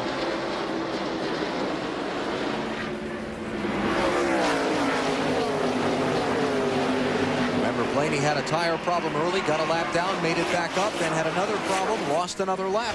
Now he's the first car one lap down in 28th spot.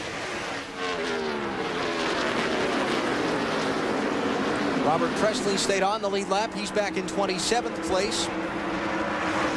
Elliott Sadler, the other car involved in that last accident, is the last car one lap down. He's in 31st.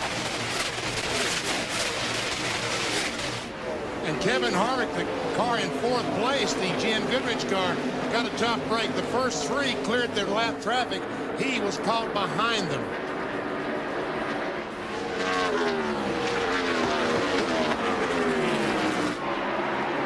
Lead change. Jarrett by Gordon. Good job. Nice smooth racetrack. Where have we heard that before? Hey, Bob, change your tune. Time something else. I think it's just a recording. Bob might be having lunch. Trying to wreck me. Ah. Who was that? Jeff? Gordon say that? Sound like Jeff Gordon said he tried to wreck me. Well, I think at this point, Dale Jarrett's a skilled enough driver that if he tried to wreck him, Yeah. I don't think he tried to wreck him. he'd have finished him off. There's Bobby Jeffries, man in the middle of the frame, sunglasses, blue headset. Just tries to make it all sound routine to Dale. Race the racetrack, hit your marks. That's right, his script. Nice job, be smooth, race the track. Bobby is a very good spotter. He's one of the best. Nice and smooth. Take care of them tires, bud. Let's see. Let's replay that pass for the lead. DJ going in down the backstretch into turn 3. There you see they go in the corner. I don't think that had anything to do with DJ. Wow. That's right. I don't think it did either. Pretty impressive, though. What Jeff was saying, I almost wrecked. Third time Jarrett's led today. He's led 45 of the 100 and now 90 laps that have been completed. Make it 46 of the 190. So far, Gordon has led 37 laps. Remember that in the NASCAR champ. Oh, trouble. Stacy Compton, front stretch. Caution's out.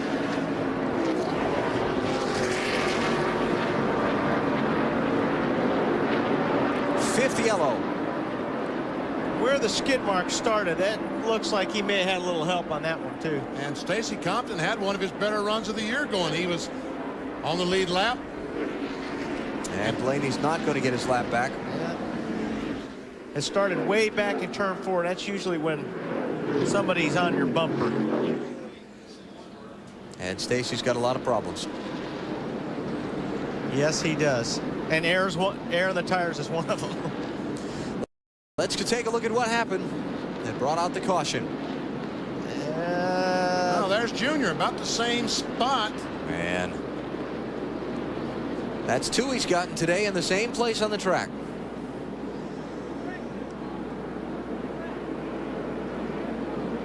One more shot. Too many friends here today. Last week it was Brett Bodine that seemed to be around everything that happened on the track at Bristol. This time it's Dale Jr.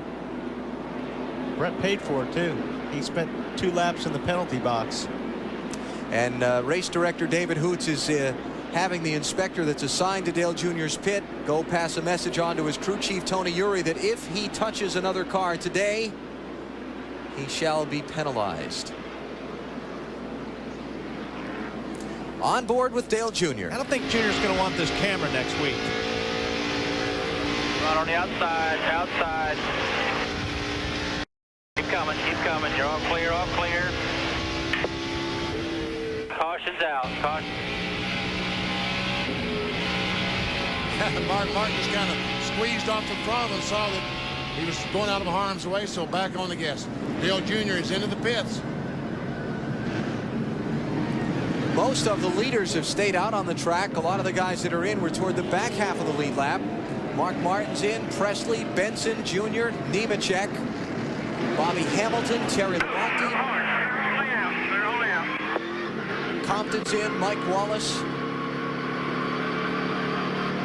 And the Buckshot Jones car is in. During the last caution, there was a driver change made in that machine. Jason Leffler was strapped in to the Georgia Pacific car, and Buckshot Jones has gotten out. Let's take a commercial break while we're under the yellow flag. Dale Jarrett is the leader of the Mountain Dew Southern 500 on TNT.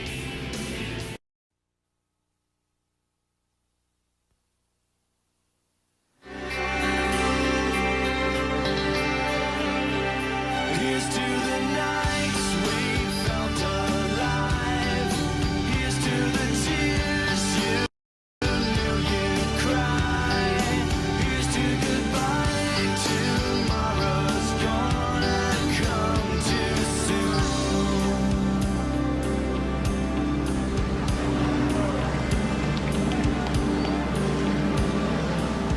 Well, Dale Earnhardt has left his name in victory lane at tracks all across the NASCAR world, and including here at Darlington, where he won 9 times including 3 times in the Southern 500. And this week, our Weber War Wagon poll, the most memorable moments in Southern 500 victory history.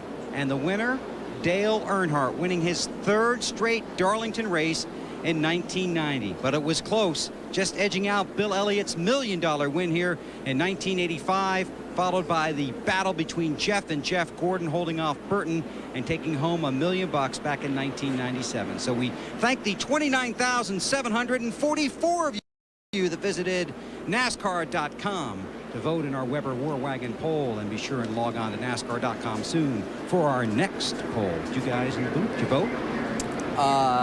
Unofficially. I don't think we're eligible to actually really vote, but I unofficially voted for Bill Elliott's 85 Winston Million win. All right, now Dave Blaney, he's got to do a little bit better job if he's going to get this lap back. Flag. He must have a hard time getting up to speed on that race start, BP. I don't know. It's twice he's lost 2 car lengths getting the green. Oh, he comes up in front of the 3rd place car, Kurt Busch. Talking about Dave Blaney, the white car. And Jeff Gordon pressuring Dale Jarrett for the lead.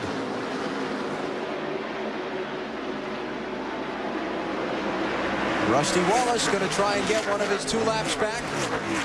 Wallace lost a couple of laps earlier in the race.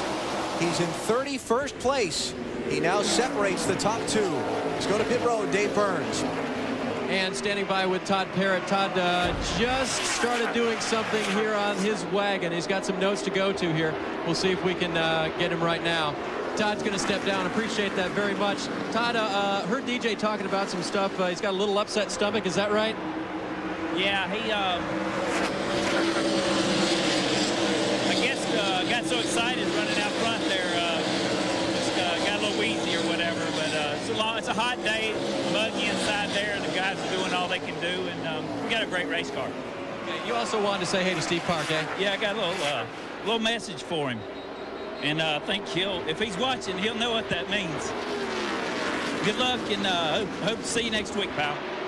All right, everybody down here, of course, Steve Park fans in the sense that they are very good friends in this Winston Cup garage, and Todd Parrott certainly is one of those. Alan? Dale Jarrett has just been shuffled back to 3rd place, and we'll keep an eye on his health condition. Exactly. So Rusty Wallace is out in front of Jeff Gordon now, and he is on the tail end of 2 laps down. If he can get a caution, he can get one of his laps back and come back around and try it again. And look at the distance that Rusty Wallace has already put on Jeff Gordon. But he needs to stay in front of the 24 car. So I think right now that the 2 car is running a little bit harder than he really wants to, just to stay out front and try desperately to get one of his laps back. Stacy Compton took his car to the garage after being involved in that last caution, and Liz is with him. Stacy, we're glad you're okay. What happened out there, buddy? Well, I'll tell you what, I hate it. Kodiak Mellon Dodge is pretty good. Probably the best car we've had here. Had a great run going, and it's 42 cars you can race with, and there's one you can't, and just wasn't meant to be. Won't our day. I couldn't tell what happened. Had a little help from behind, but I guess that's racing. Very disappointed, Stacy Compton. Alan? That ain't racing. I mean, racing is catching a guy and passing him clean, not turning him. So again, Dale Jr. involved in contact with 2 different cars today, and has been so admonished by NASCAR that he is not to touch anybody else the rest of the day. Rusty Wallace has left. Jeff Gordon. Jeff Gordon's doing a pretty good job leaving Kurt Busch. Well, I shouldn't say that. He's only 0.7 of a second in front of him. Now, there's a 2 car coming and pit there. He put new tires on right there at the during that caution. So he's probably got a little bit fresher tires than Jeff. And believe me, 2 or 3 laps makes a difference here. And that's clear evidence of exactly what you're talking about. Only 2 or 3 laps on their tires, but Rusty Wallace puts on 4 stickers, and you can see how much better his car is working than the cars that did not stop. Dropping back to some of the guys who did take tires that are on the lead lap under that caution. Joe Nemechek is the farthest up of them.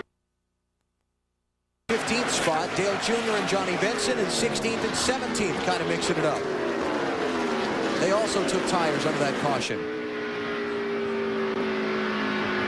And the 21 cars hit the wall up in turns 3 and 4.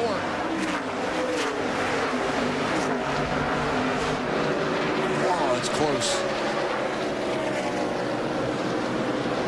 Hold on just a minute. Last one's going to be tonight. Start line now. You can get down after him. Left rear tire's flat. Inside, clear low, clear low. Man, we've seen some flat tires today, haven't we? Got rubbed up there by somebody pretty heavily on that left side to flatten that tire out. Here comes Spencer.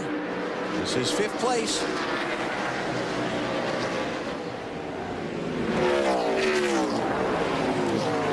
Mr. Excitement moving farther forward. Spencer started back in 15th. He's into the top 5 now.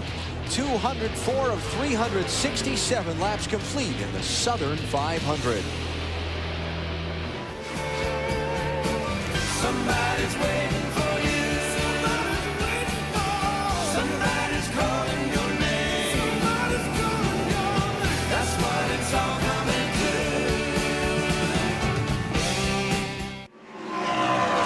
Jeff Gordon is the leader of the Mountain Dew Southern 500 at Darlington Raceway in South Carolina. After 209 of 367 laps, this is the 4th time today Gordon has led. He, Dale Jarrett, Jeremy Mayfield, and pole sitter Kurt Busch have been the only 4 drivers who've been out in front. And Rusty Wallace, the 2-car, goes once again 2 laps down to the leader, Jeff Gordon.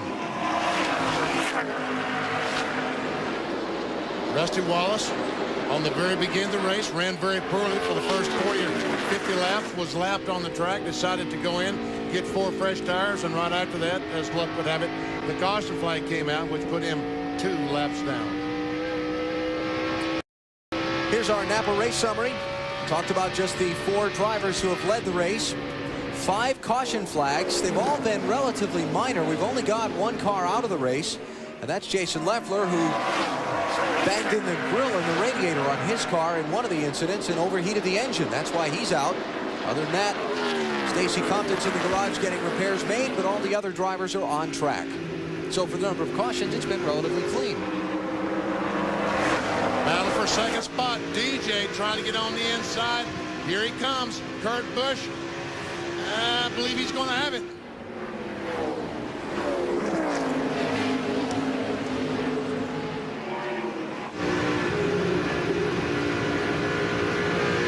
Talking about DJ not feeling well. Todd Parrott mentioned that just a moment ago.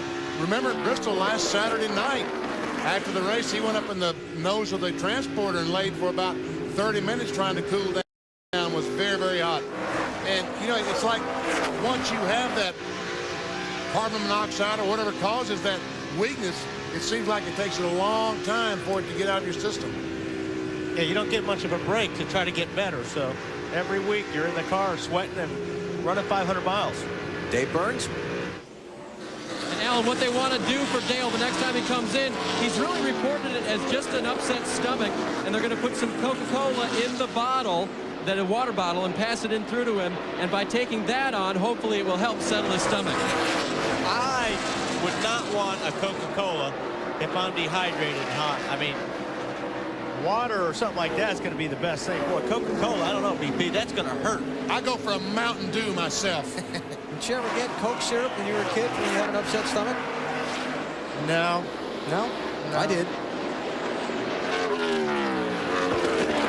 See the interval from Jarrett, second place, up to Jeff Gordon, the race leader. There's Gordon going for what would be his 6th win of the season. Last time Gordon was in victory lane, back in Watkins Glen in Global Crossing at the Glen early in the month of August.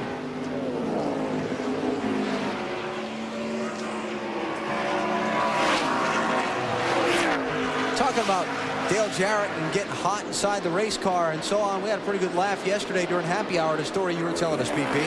1983, Bobby Allison. It was very, very warm that day, over 90 degrees. He got hot in the old Buick leading the race. So Gary Nelson, his crew chief, jumps up on a pit stop with an air chisel and cuts a hole in the roof of the car and pried it up so that it acted as a scoop and blew the air right on top of Allison. Worked, he won the race. And we all came to the conclusion that Gary Nelson, as the Winston Cup director, would never allow that to happen. He'd throw you out of here. If some crew chief did that today, he'd throw you out of here.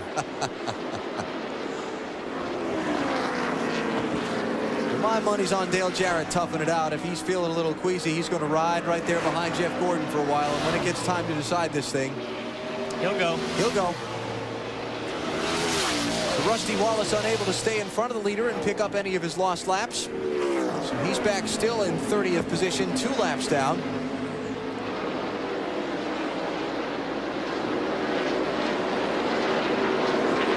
And then for behind Jarrett, he's got about 2 seconds. Now making a little over a second and 2/10 back to Kurt Busch, the 3rd place driver. Jeremy Mayfield and Kevin Harvick round out the top 5. You're watching NASCAR from Darlington on TNT. Jeff Gordon, your leader in the Southern 500 at Darlington Raceway on TNT. Tonight at 9 p.m. Eastern Time, basketball takes the stage at the Goodwill Games when the American men take on Mexico. Also the women's all-around competition in gymnastics and surf lifesaving.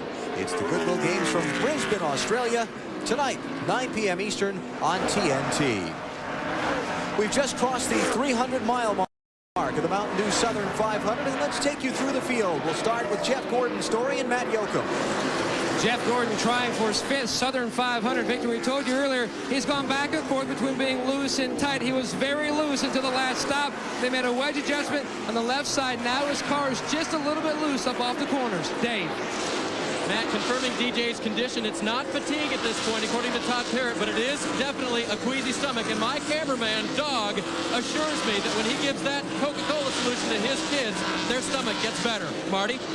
Great run so far for Kurt Busch, who has hung in the top 5 all day long. He's up in 3rd right now, Dave. The car's a little bit tight. That's the first time all day long, however. It has been tight. They're talking about an air pressure adjustment on the next stop. To Matt. Jeremy Mayfield has climbed to 4th and is back in the fight looking for a Southern 500 victory. They feel like, though, they went up too much on the air pressure on the last stop. The car is starting to slide around. The biggest concern, they have a piece of paper on the grill, and the water temperature has climbed to 260. To Bill. Last week at Bristol, a great run for Kenny Schrader, but remember they were sidelined by a loose wheel. We said they'd be back soon. Well, they are back the following week. Currently 5th, just adjusted his line after something his crew chief Newt Moore saw. Ken Schrader 5th in the Southern 500. Let's go to Marty. Car very good for Jimmy Spencer. He's a little bit tight right now. They think he's tight because of the cloudy conditions that have now come over the racetrack. Spencer is driving his favorite race car. Its worst finish this year in 6 starts is 11th. It finished 4th here in the spring. Bill? Bobby Labonte continues to run strong here this afternoon. They've made minor adjustments with air pressure throughout the race. Currently 7th, 17 career NASCAR Winston Cup wins, including this race 1 year ago. Let's check on the 40, Matt. Bill, Sterling Marlin's trying to make it an all-Marlin weekend. Last night, his son Stedman won the 25-lap late model feature at Nashville. Today, Sterling trying for his first Southern 500 victory, but like Gordon, he keeps going back and forth, over-adjusting. Right now, his car is tight. His crew chief, Lee McCall, said they're discussing what changes again to make this number 40 car. So, Bill. Ward Burton in that Caterpillar Dodge has passed just about everybody. Twice, started 37th, got to 8th, was on pit road when the caution came out, had to go all the way back to 27th. He's now worked his way back up to 9th. The car is too tight in their current battle. Get it back to the way it was early in the race when he was charging through the field. Let's check on the 33. Joe Nemechek in 10th spot, Bill. He is the first of the cars that got fresh tires on that last caution when most of the leaders did not pit. And he's picked his way from 16th on the restart up to 10th and maybe to 9th right here. He's on the inside of Ward Burton, trying to take that spot away. talked to Joe Nemechek and Andy Petrie's car on this morning, and they both told me. And we see Ward Berge goes right by Ward. They both told me that they felt like that Joe was going to have a good day. He was comfortable with the car. And the 29 car, Harvick, is off the pace. He missed pit road, Benny. He was trying to get onto the pit lane, and he missed it. Is that left rear tire up? Marty, what's wrong with Harvick? He was tight at the beginning of this run, Alan. He came on the radio about 20 laps ago when he was running 7th and said, it is out of control, loose right now. And Kurt Busch has just lost an engine, I believe, on the racetrack. His team in disgust, jumping to another subject. But right now for Kevin Harvick, he thinks he might have a tire going down. And Kurt Busch's team jumps off the wall. His car made a loud noise when it came by their pit stall. And they look like they're getting ready to pit Kurt Busch as well. Here's Kevin Harvick coming in. Second time around, he gets onto the pit lane. I thought the left rear was a little suspect looking when we had that inside shot from him. Yeah, it looks okay there. Yeah. Marty? Yeah, here he comes, Alan, and that left rear is up fine. He said he thought it might have been the right rear tire. It was so loose, but obviously a problem for Kevin Harvick. They were very, very loose again on that last run. He had dropped from the 7th position where he was running down to the 11th spot and lost many more spots when he missed pit road. It'll be a 4-tire stop. They did make an air pressure adjustment trying to tighten him up. Big problem at Darlington is getting to this pit road. Yeah, you see that yellow line? You're supposed to be under that line because it leads you to pit road. But you see, you once get on the outside of it, there's so much debris there, you can never get the car back down. Yeah, there's so much dirt and rubber and sand, and it's just like very, very slippery down there. So when you turn down there off of hot tires, it's slippery. 140-mile-an-hour last lap for Kurt Busch. He's not operating on all 8 anymore. No, he's on 7 cylinders. Man. He has fallen back to the 4th position. Jeremy Mayfield has taken over 3rd. What a tough break. Kurt Busch has led 74 laps today, 2 different occasions out in front. We'll follow up on the status of his car in just a moment. Jeff Gordon is the leader of the Mountain Dew Southern 500 at Darlington on TNT.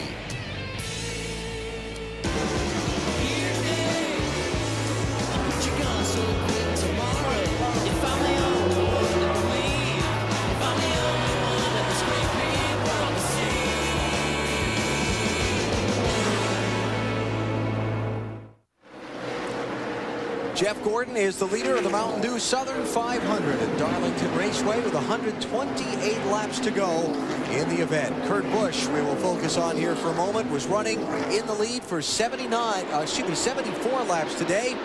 Had fallen back off the pace with some problems, came back up to speed, and then had another problem. This was the second of the 2 trouble spots. Man, that car just took off. He hit that wall awfully hard that time. One more look as Kurt Busch goes in the corner, and there he comes. Right at you. Now, what was the first problem and how did it fix itself, Marty? Well, a wild few laps for Kurt Busch. This has been less of the crew chief. What was the first problem and then what happened the second time? Well, I think we had an AC box short out on us, and it drained the battery down and started ignition. And then we shut everything off. I think I might have got the brakes hot real quick because we shut the brake fans off and he just scrubbed the vents. We was in a fuel window anyway. As long as it stays green, it's not going to affect us really. One problem led to another, and he only lost 1 spot when he shut off the AC inside the car. But a lot of problems for Kurt Busch, who had just done an outstanding job of being patient today, keeping the car up front and not getting into trouble. But after he hit the wall, he had to make a pit stop, change 4 tires, and Kurt Busch is now back in 27th, 2 laps down. Check this out. Drivers have won their first pole position this season. They've not fared well in the races where they've started up front. And we talked about it at the very top of the show. This old lady does not like young, fresh men. She likes veteran, seasoned people. What are you trying to say, BP? Well, I mean, she reaches out and smacks these kids when they try to do something. The 2 rookies that started in the top 10 both had problems within, what, 5 laps of each other? Harvick is back in 25th position. He's a couple of laps down. And Kurt Busch is back in 27th, a couple of laps down. Harvick is 1 and almost 2 laps down.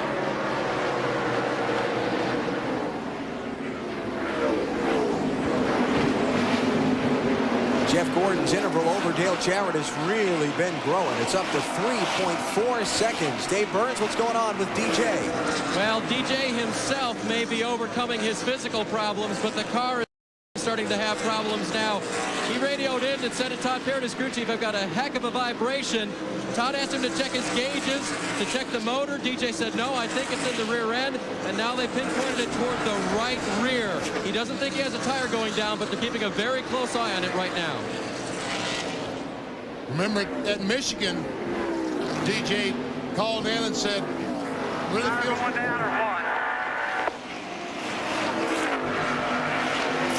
He called in Michigan and said, I think I have a... Can't tell it if it is, Todd. Has he got in the wall anywhere, Bob? He one time over off a tube, but I'm not sure. I don't think no scratches or nothing. I can't get a good view of it down the straightaway. Or you up against the wall here so close. At Michigan, DJ called and said, I think I have a flat tire, but they wanted to run 5 more laps to get to a window to where they could finish the race by stopping. He ran about 2 laps and hit the wall up in 3 and 4, if you remember that. And finished 37th in that race. Distance growing from Gordon back to Jarrett.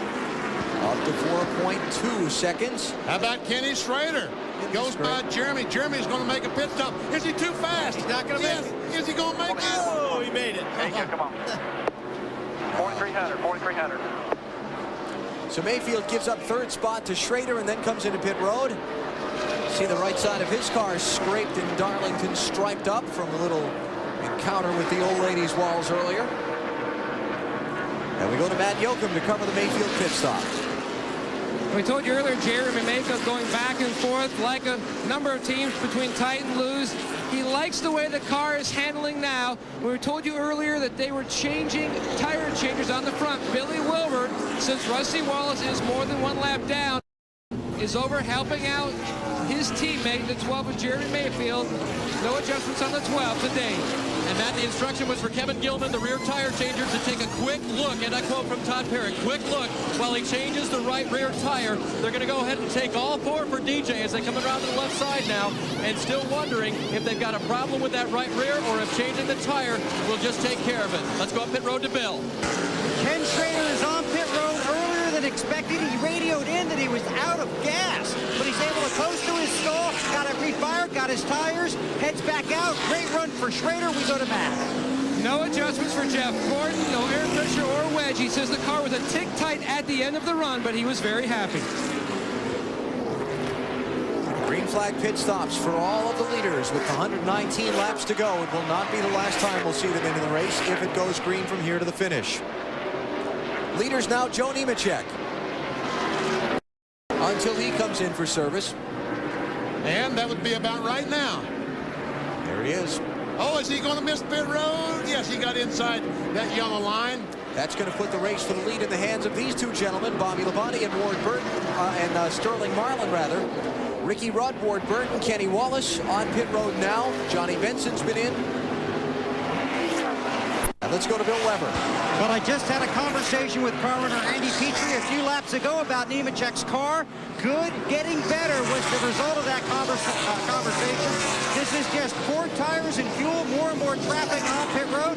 Around to the left side, looks like a little slow on the left front, tightening the lugs, waiting on the left rear. In fact, not a lightning quick stop, but a good run to this point for Nemechek.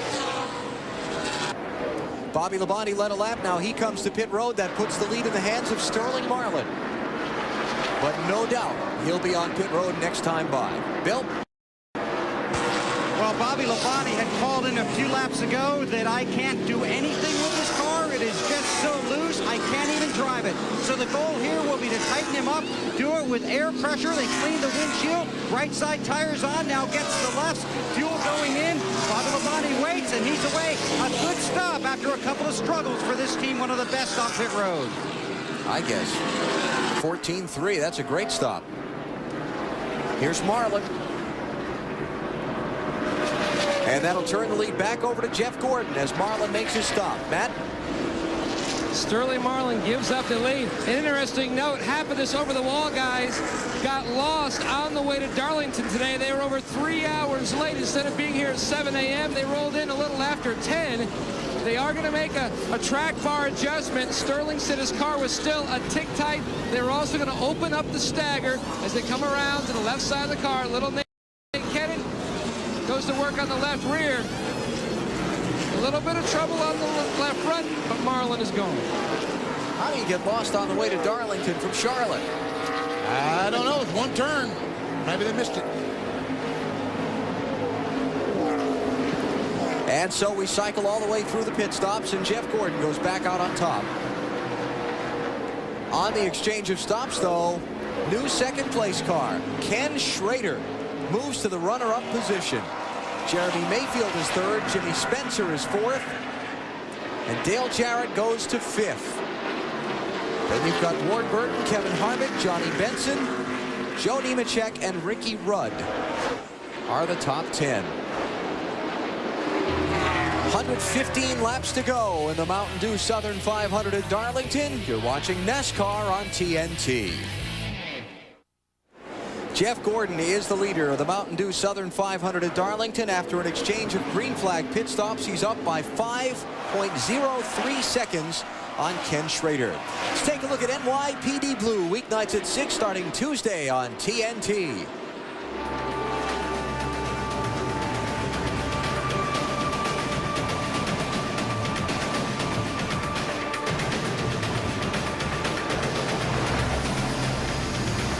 Check out NYPD Blue every weeknight at 6, starting Tuesday on TNT. Old Jeff Burton is not making it easy for Jeff. No, he's Gordon. not.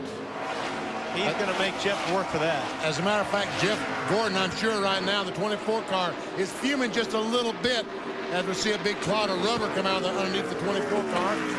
But he's about 2 miles per hour slower than the second and third place cars. He should be putting distance on them with the fresh tires, but he can't get by Jeff Burton to do it. Jeff Burton is the last car on the lead lap. He's in 27th spot. He's got to try and fight to stay in front of Gordon in case a caution comes out. Oh, I agree. I agree too. But hey, Jeff Burton's doing exactly what he needs to do, except Jeff Gordon not very happy right now. Bill Weber. Well, I think Jeff Burton might be a little mad at himself, too, because earlier when he did scrub the wall, he said the car just wouldn't turn. They were watching for that right side tire smoke. Didn't see any. He called back in on the radio and told Frank Stoddard, nah, I screwed it up. We'll see what'll happen. So he might be, what'd you call it last week, Benny? He's driving on anger and emotion. That happens sometimes at Darlington. Yes, it does. And that's what Jeff Gordon's going to be on in a minute.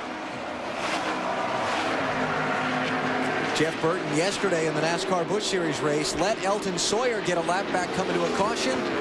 Elton Sawyer was the one who almost beat Jeff Burton at the checkered flag. How much did you say the lead was on Kenny Schrader some lap? It was 5 seconds even a minute ago when we went to the commercial. And now it's under 4 seconds.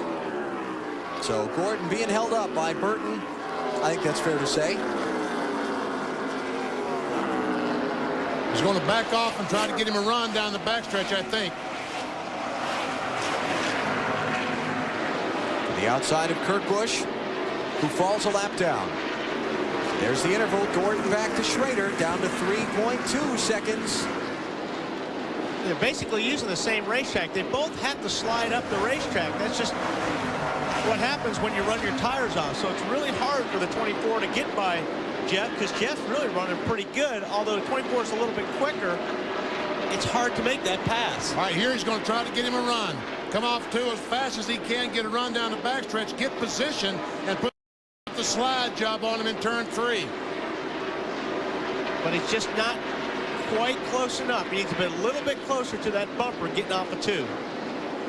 And Jeff Gordon understands that he would be doing exactly the same thing if the shoes were reversed. Michael! Oh. Hey, Mikey moved over to let him have the outside lane. Michael zigged and Jeff zagged. 2.5 seconds. Schrader closing in. See the different paint scheme on Jeff Burton's car than normal. Jeff and his wife Kim are going to appear on the Jerry Lewis Labor Day telethon tomorrow via videotape. There's a thing at Duke Children's Hospital in Durham, North Carolina called the Jeff Burton Zone. He and Kim are active in raising money for research there, trying to support the kids' hospital. And their sponsor, Citgo, is a big supporter. Okay, BP, let's see if he can do it again. Looks like he's just kind of chosen this spot as the spot to get by. Down the backstretch, get a good run, and try to get underneath Jeff Burton. Wade Jeff talked in happy hour yesterday. He was going to have a car he could get up and fight for the win. He's fighting hard just to stay on the lead lap right now. His car did look good in happy hour. Jeff Burton's car, I watched it. Their times were really good on old tires. That wall that he hit might have knocked some of the fight out of that 99 car. There's Schrader. Under 2 seconds. Oh, Dale Jarrett got the fastest lap that time by. How about Ken Schrader? His best finish so far this season was an 8th place run at Atlanta. His last top 5 2 years ago next weekend at Richmond. A 4th place run in September '98. Hey, Alan. Yes. I just want to say something. I don't get to say this often late in the race. What? Ken Schrader, Ken Schrader, Ken Schrader, Ken Schrader. Yeah. Isn't it great? Yeah, remember, and they've gone through so much, too. They merged with the 10 team, then they had to move into a new shop, then they struggled, then they changed crew chiefs. They had a great run in the bad luck at Bristol, 13th here in the spring, and on a mission here in the Southern 500. What a run for these guys. Talked with Kenny, spent a little time with him in his motorhome on Friday before qualifying. He said that since the change of crew chiefs, he's really felt like the chemistry and the procedures at the shop and all that were all moving in the right direction. They just couldn't get a result to put in front of people like us and say, here, see, we're making progress. And this would make Newt Moore and that entire team. Oh, man, you talk about some happy people. Once again. And he finally gets by Jeff Burton, does Jeff Gordon. So Jeff Burton goes a lap down, the 26th place car. Now, it'll be pretty interesting to see what happens when the 36 gets up there, but I don't think that Jeff Burton is going to run the 36 as hard as Jeff Gordon, because he's already lost his lap. He's got nothing to gain by doing that. Dale Jarrett running in 4th position, 4.5 seconds behind all of this, and Dave Burns has an update on him for us. Alan, remember on the last pit stop we talked about rear tire changer Kevin Gilman going around to the right side when he took the tire off to check things out. He didn't find anything underneath that alerted him or alarmed him. What he did find, though, was that some of the lug nuts were loose. Now, what they've done is they've taken a look at this lug nut and decided that because the threads are still good on there, the lugs are still good. So the tire they put on and tightened the lug nuts on is good to go, and that's good news for Dale Jarrett. You know, another guy that I've been watching out of the corner of my eye here is Ricky Rudd. The 28 car is running pretty darn good now. He's up in the top 10, and he's running some pretty good times. That's Jarrett's teammate Rudd, who's back in 10th position. Looking back through the other cars. There comes Rudd. Joe Nemechek just in front of him. Would be who he's trying to overtake next for a spot. 98 laps to go in the Mountain Dew Southern 500 at Darlington. Coming up on the 400-mile mark in the Mountain Dew Southern 500, it's 52nd running at Darlington, South Carolina. Jeff Gordon is the leader. Half a second is all his advantage is over Ken Schrader. Oh! Did he just get the wall? Oh, no, if he didn't, he came very, very close, talking about the 24 car. Mike Wallace, the 7 car, another car that is on the lead lap, trying to stay there. Also the 93 car of Dave Blaney.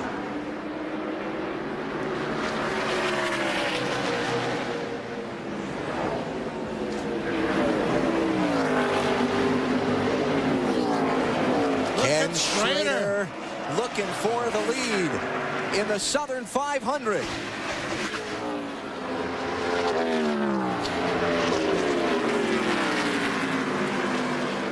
Last time Ken Schrader led a NASCAR Winston Cup race, he was out front for 2 laps at Talladega in mid-April.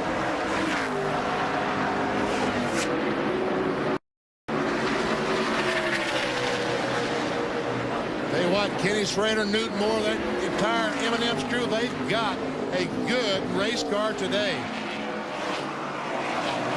Right up on Gordon's back bumper.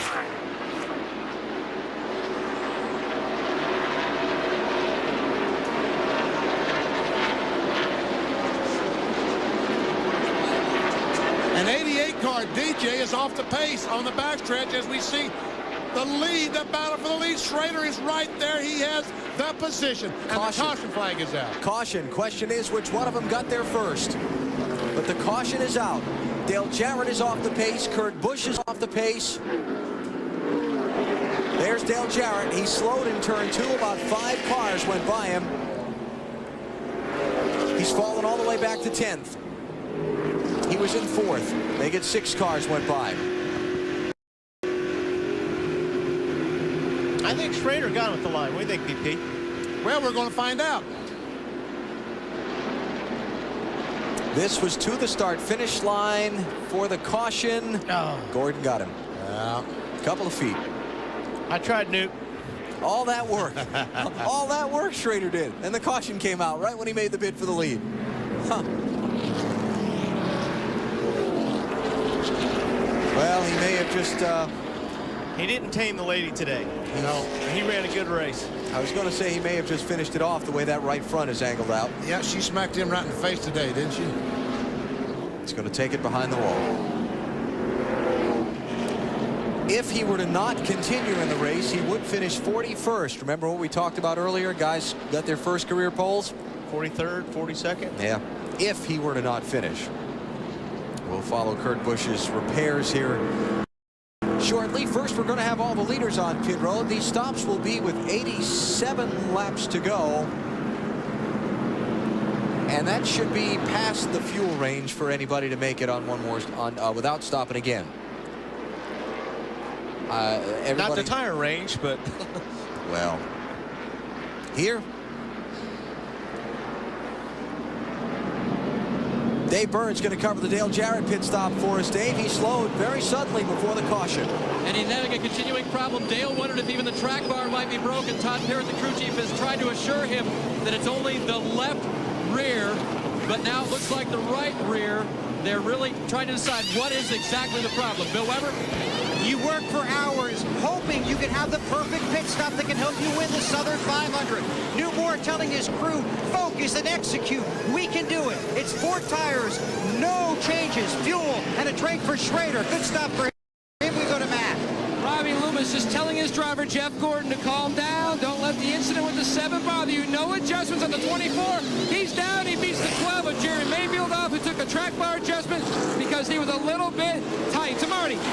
Jimmy Spencer came in running 7th, Matt. They had a terrific stop. He brushed the wall back on lap 259. They have a little bit of a fender rub on the right rear. They pulled that out. Half a pound out of the left rear. The car was tight. Today, Burns. Still working on the left rear of Dale Jarrett. They put what they call a thread chaser on there to try to make sure the threads on the lugs were good. They're going to put the left tire back on and see if it will work, and they are going to the garage. They've decided it's something in the left rear hub. It is major for Dale Jarrett. The race off of pit road. Jeff Gordon. Kenny Wallace is behind the wall. That's too bad. Had a good run going today in that Pennzoil Chevy. And the window net's coming down. So Dale Jarrett to the garage. It's Gordon, Mayfield, Ward Burton, Ken Schrader, and Jimmy Spencer. The order they came off pit road. They're hanging from everywhere to watch the Mountain Dew Southern 500. The motorhomes in the infield. They hung that banner on a fence. It looked like they just took the fence with them. Tailgating. That's down inside the corner. They've been here since early this morning. They were lined up outside the gates waiting to come in and take their seats. Full house of 60,000 at Darlington Raceway to see NASCAR's oldest race. Troubles in the Southern 500 for Dale Jarrett, who Bill Weber looked like a threat to win this a little while ago. And an extremely strong car. They continue to work on the left wheel hub, putting on a new assembly. We'll lean in here. Dale, what happened to the car? I'm not sure. Something happened on the left rear. The wheel kept coming loose, and it's just creating a lot of problems, unfortunately. Had a great race car. Was really looking forward to getting to the end and see if we could race Jeff, but just wasn't to be our day. You feel okay? Yeah, I felt better, but I was going to be all right. Just a little under the weather. You have a good car at Darlington, you can overcome a lot. They continue to work on the left rear wheel. They've taken the hub off, putting on a new one. They'll try and tighten that and then make sure that's the problem and then send them back out. So that's the story from the garage where Dale Jarrett sits and loses more points to Jeff Gordon. Dave? Bill, Busch Series regular Kenny Wallace might have been watching this race from home, but his friend Steve Park was involved in the wreck in the Busch Series race. Kenny got the call, and Kenny, you've kind of been up and down today. What are your feelings right now? Well, you know, it's just a bummer, you know. We got up to 12 for 13 from start and last, and running the top 15 all day. It's just a shame. They kind of got a hold of the radiator. Yep, that's it. They have a hole in the radiator. They're replacing it, trying to get him back out. We're back to green. Jeff Gordon, Jeremy Mayfield, Warren Burton, Ken Schrader, and Jimmy Spencer, the top 5 off pit lane, followed by Bobby Labonte, Johnny Benson, Ricky Rudd, Sterling Marlin, and Joni Nemechek. You know that problem with DJ in the left rear hub, that's very similar to what happened to the 02 car of Ryan Newman in yesterday's Busch Series race. The wheel was tied against the hub, but something inside the hub caused the wheel to loosen up. Spencer by Schrader. 4th place. Here comes Bobby Labonte and Johnny Benson. Schrader losing 3 spots in 1 set of corners. Yeah, Schrader spent a lot of money in that corner. Wow, Kenny's really going up the racetrack. I gave you the top 10. On the lead lap, there are a total of 21 cars. Tony Stewart's 11th. Dale Earnhardt Jr. 12th. Bobby 14th. Matt Kenseth 15th.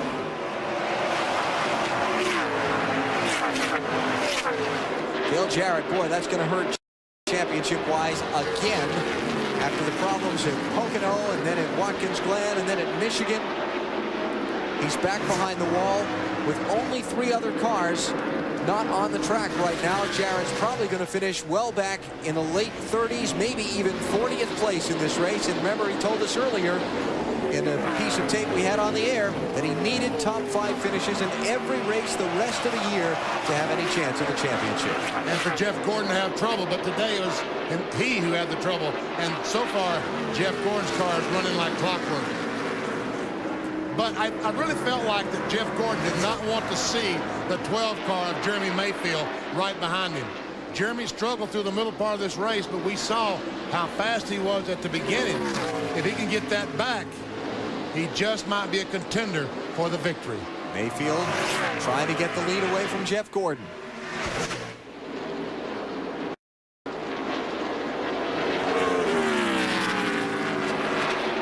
Jeremy Mayfield finished 3rd back here in March. He has a 2nd place finish here at Darlington. Feels like the track owes him a win. Of course, we all know this old lady doesn't owe anybody anything. You've got to take it from her.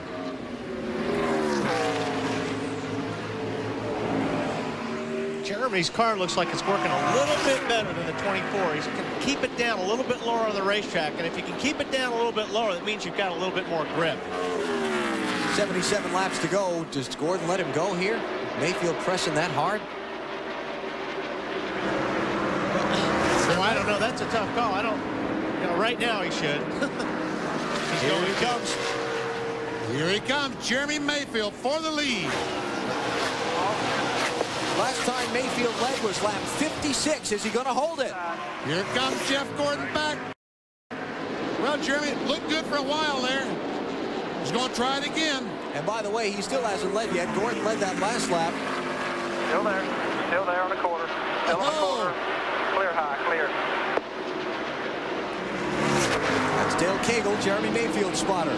So now, from lap 56 to lap 291. And you saw the 12 car slide up there like he was giving the 24 a slide job, but that's not really what happened. You have to let the car go. That's just, the car is going to slide up that racetrack. And Jeff smartly knew that, cracked the throttle, and gave Jeremy a little bit of room. They are pushing Steve Park's car that Kenny Wallace has been driving toward the garage. Dale Jarrett is getting ready to come back out.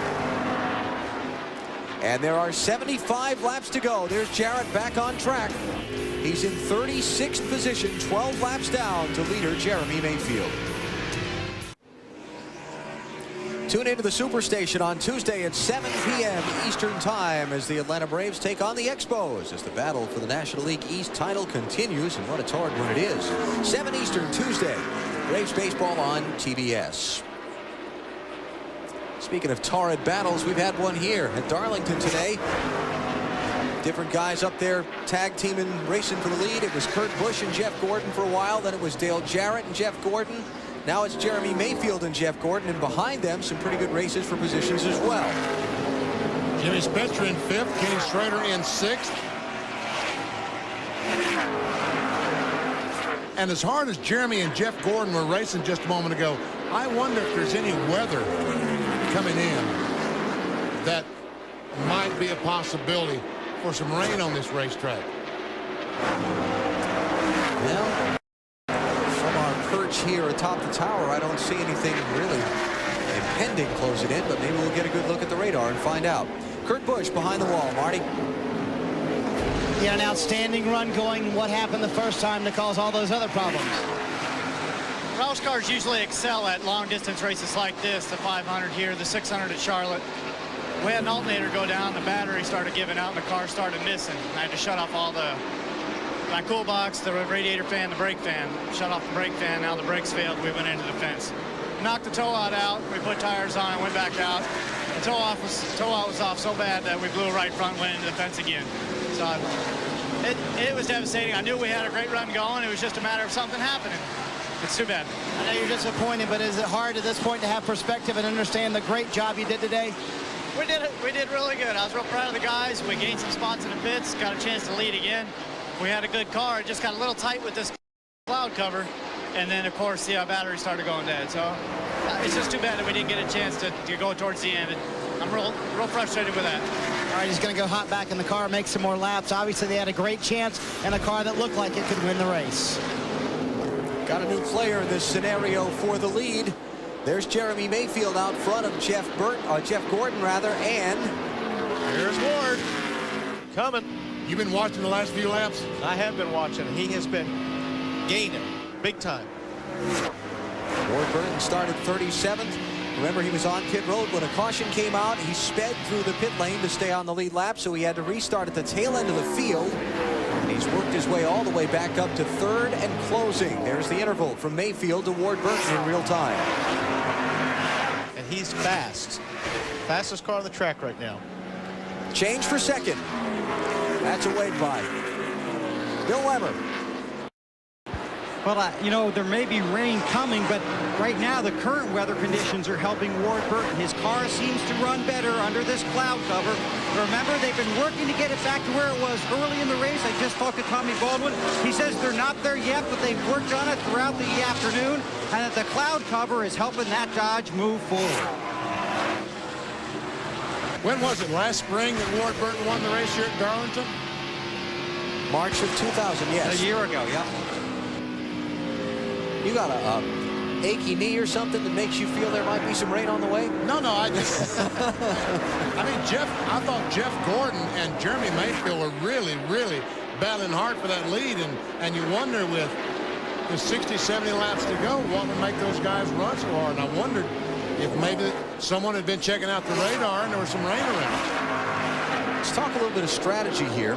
Everyone was last on pit road for tires at lap 280. That left us 120. Let's see, 247. I'm sorry. It left us 120 laps to go. 60 laps and 60 laps would be dividing that in half. So lap 307 would be when we could look for some more green flag pit stops if they're going to do that, if they're going to cut it into 2 even 60-lap runs.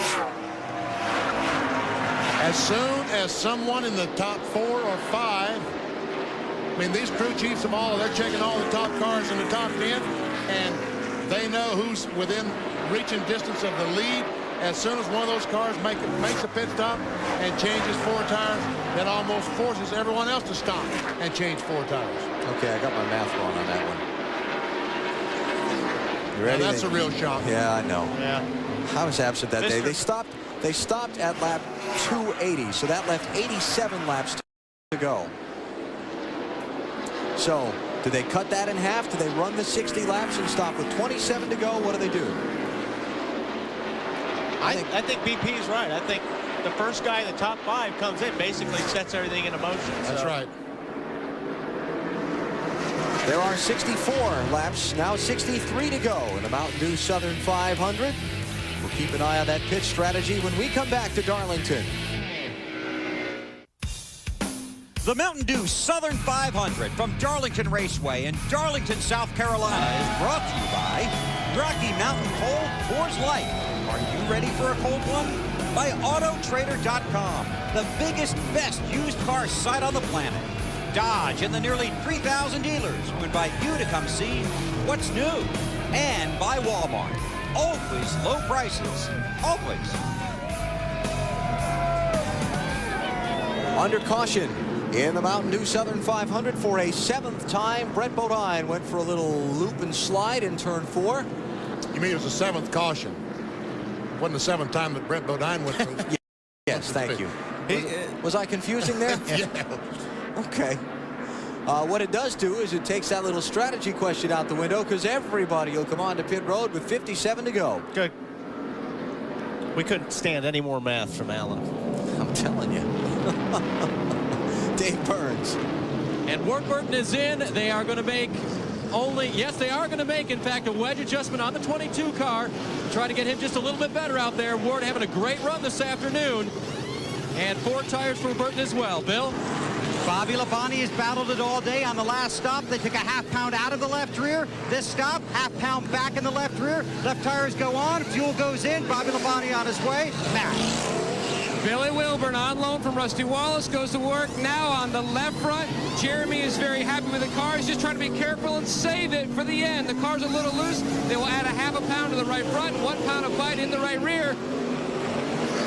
To Marty. Johnny Vincent came in running 6, Matt 4 tires. He said, leave it alone. It's perfect just like it is. He did brush the wall about 5 laps ago, but barely brushed it. All right, the leader, Jeremy Mayfield, is going to come out of this battle off pit road in 4th spot. 22 car, the Cat car, leading. 18 in 2nd, 24 in 3rd. Going to be some high fives in the Bill Davis team's pit. What a jumble that pit stops made this field.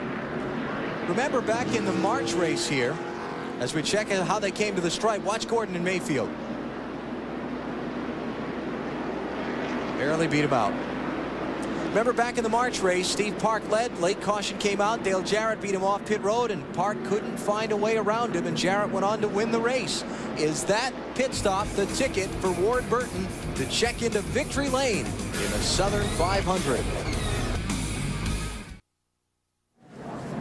Getting down to the final stages of the Mountain Dew Southern 500 at Darlington Raceway in South Carolina. Off a set of caution flag pit stops, the new leader is Ward Burton. First time he's been out in front all day. We were going green flag racing, but it has been waved off. A piece of debris has been spotted on the racetrack in turn number 4, and they're going to send a cleanup truck out to pick it up. Dodge, Pontiac, Chevy, Ford. 4 makes in the top 4 spots. Back for the restart in a minute.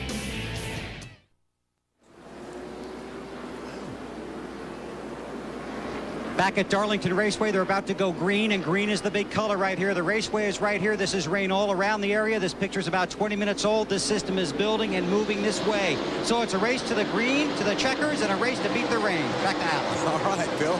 And the green flag is up with Ward Burton leading and 52 laps to go.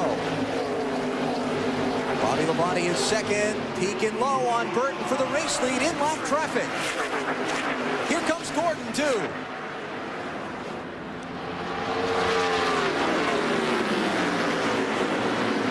Spencer by Mayfield. Benson's trying Mayfield as Gordon goes to second. He may get the lead off turn 4. He's got the spot on him. If Ward gets out of gas, though, he may lose a lot of spots right here. Nope, he's hanging tough. It's going to be close in turn 2. And Ward Burton hangs on. Look at Jeff Gordon trying to block Labonte. Boy, that was brave. I'll tell you what, if Ward would have got out of that, he would have lost about 3 positions right there. That was brave on Ward's part. Running on the outside of turn 2 like that and keeping your foot in it. And the only time you can do it is right now on brand new tires. Williams Race Chase. Spotlighting the leaders. The 2 cars that are up in front of the leaders are not on the lead lap. They're trying to get that way. Rusty Wallace is trying to make 1 of 2 laps he lost early in the race up. Jerry Nadeau is in 22nd position. He's on the tail end of the lead lap, hoping for a quick caution. And you see Jeff Gordon staying up almost exactly the same distance behind the leader, Ward Burton.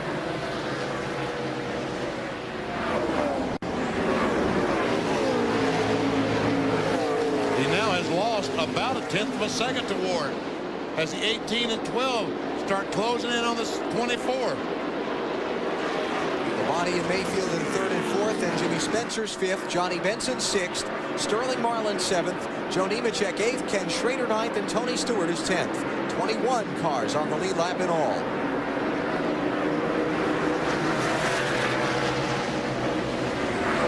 And everybody keeping an eye on that weather radar to see if that big patch of green is going to get close enough to the speedway to cause a problem with the finish of this thing.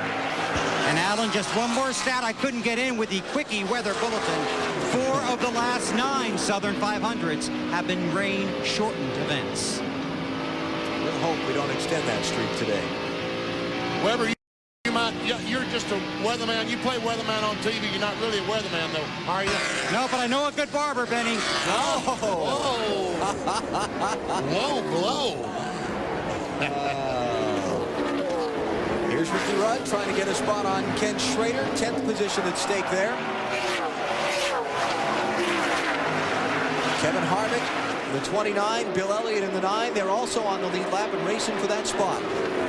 Schrader got boxed in a little bit coming off of 2 that last lap. I think he lost a couple of spots there. Him and the 20 got side by side off of 2, and they really got off the gas. A couple cars went by him.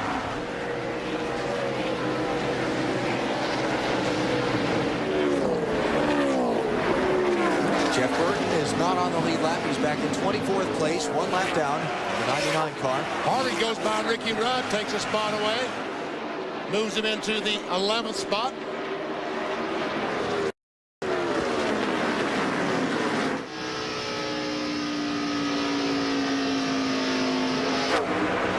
Schrader trying to deal with the lap car and not lose a spot to Harvick in the process.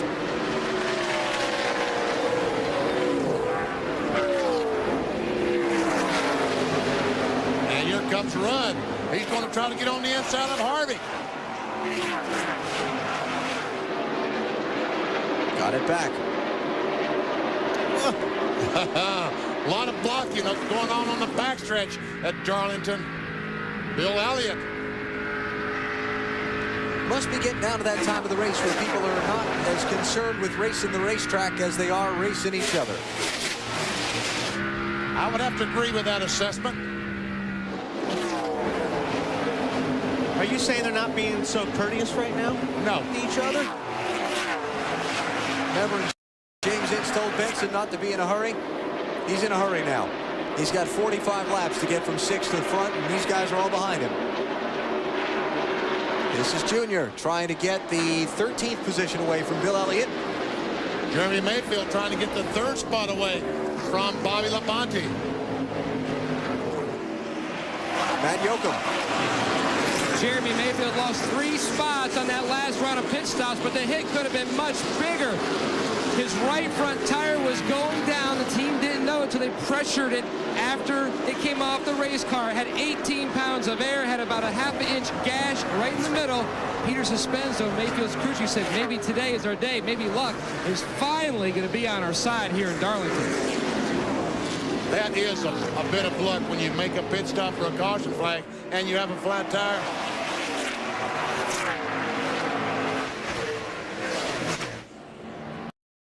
See, Labonte and Mayfield have got 1.3 seconds to make up before they can catch Ward Burton and Jeff Gordon, the top 2. And they've got some lap traffic in there also. Well, they had. And so we're getting down to it. Coming up on 50 miles to go in the Mountain Dew Southern 500 at Darlington. Who's going to win? Ward Burton's your leader right now.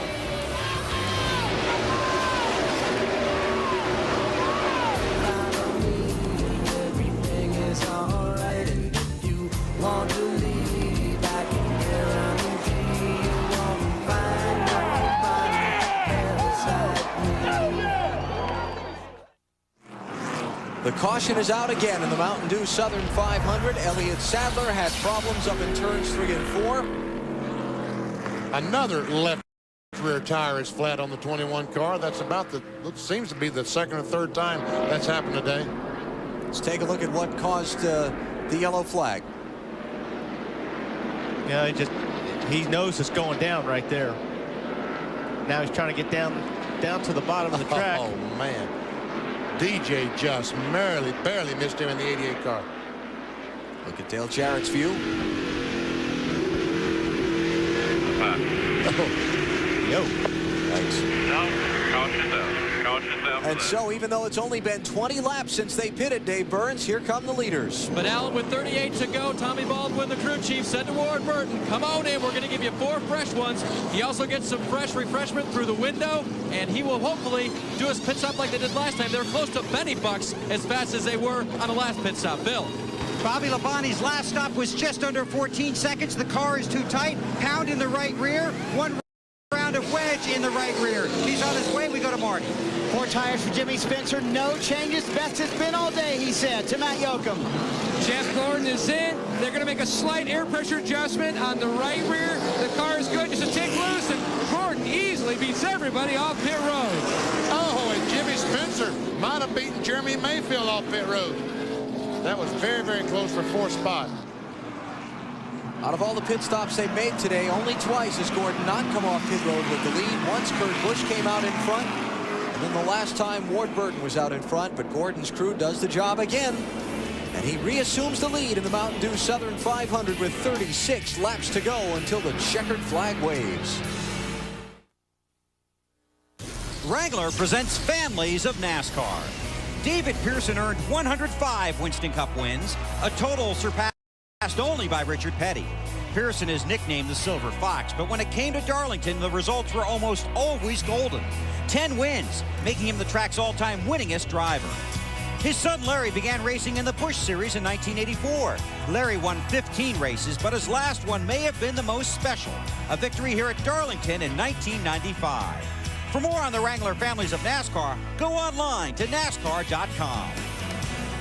And there were a lot of smiles around the garage area this weekend as David Pearson visited Darlington Raceway. The list of winners of this race, it's a Hall of Fame list. It includes Pearson and Earnhardt and Yarborough and Waltrip and Elliott and Gordon and Jarrett. It's an amazing race, the Southern 500. It is a strong part of NASCAR's long tradition. This is the 52nd running of the event, and many memories still yet to be made in this race, and a new chapter added to NASCAR's history book in the closing laps this afternoon, Alan. All right, Bill, thanks. Darlington was David Pearson's place. Dale Earnhardt, second most successful driver in this track's long and storied history.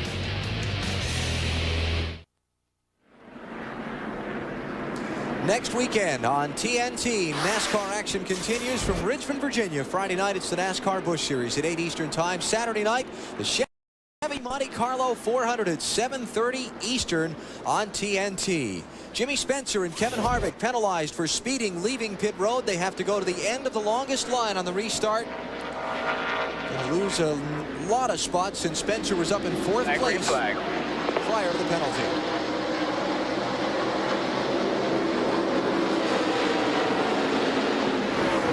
Spencer's back in 20th, Harvick in 21st. It's Jeff Gordon, Bobby Labonte, Ward Burton, Jeremy Mayfield, and Johnny Benson, the top 5 with 31 laps to go.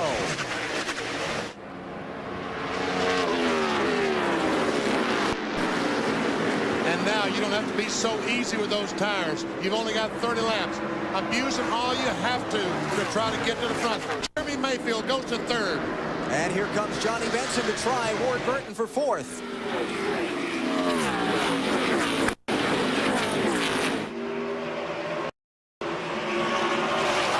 Not yet. Ward Burton just lost a spot, Dave. How about it?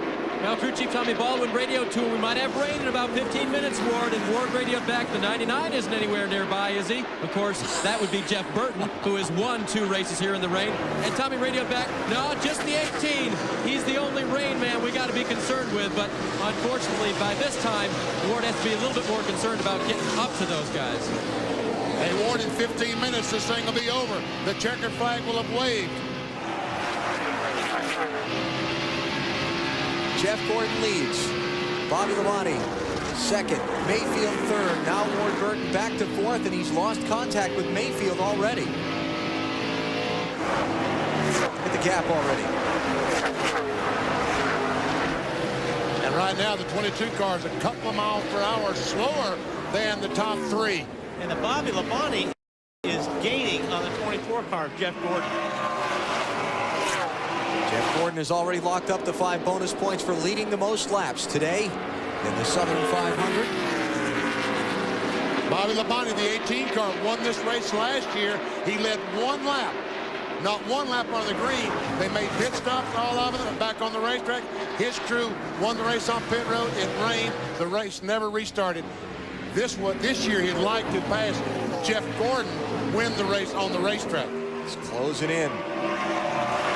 But Benny, it's his pit stops that have given him this opportunity once again to clarify the time on his last 2 stops, 14.40 and 14.42 on the most recent stop. Remember, he was tight. They did have a chance to adjust, and that adjustment is giving Bobby Labonte a run at Jeff Gordon, but he couldn't get him coming off a 4. Well, I tell you what, he almost had him. He's keeping that car very, very low down to turns 3 and 4. Everybody up on the wall. Jimmy Maycar up on the box. Keeping an eye on Bobby Labonte, the NASCAR Winston Cup champion. Started today in 10th place. He's led exactly 1 lap in this race so far. That was when he stayed out longer than others on an exchange of green flag stops. Did Jeff Gordon get in the wall up in 3 and 4? If he didn't, it was so close. Matt. It sure looks like he did, Benny, but he reported in during the last caution to Robbie Loomis that he actually touched the wall earlier, which we saw the video. We hadn't talked to Robbie about it, and said he'd knocked the toe out. The car is not as good as it was earlier in the race. He's trying to have to adjust with his driving style to keep a hang on this 24 car and keep it out front. Here comes Labonte for the try again, down low, turn 4. Not yet. Oh, here he comes now. He's got position.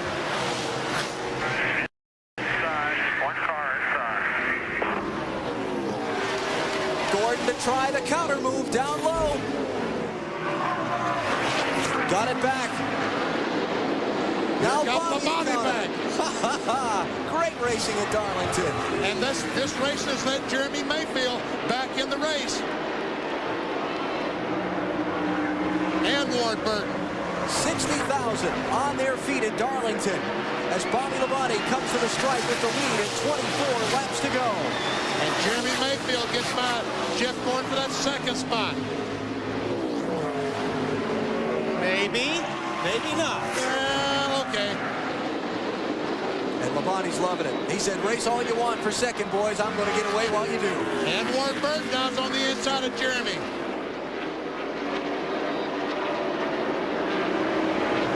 Just that little side-by-side with Gordon and Mayfield. And look at how far out Bobby got.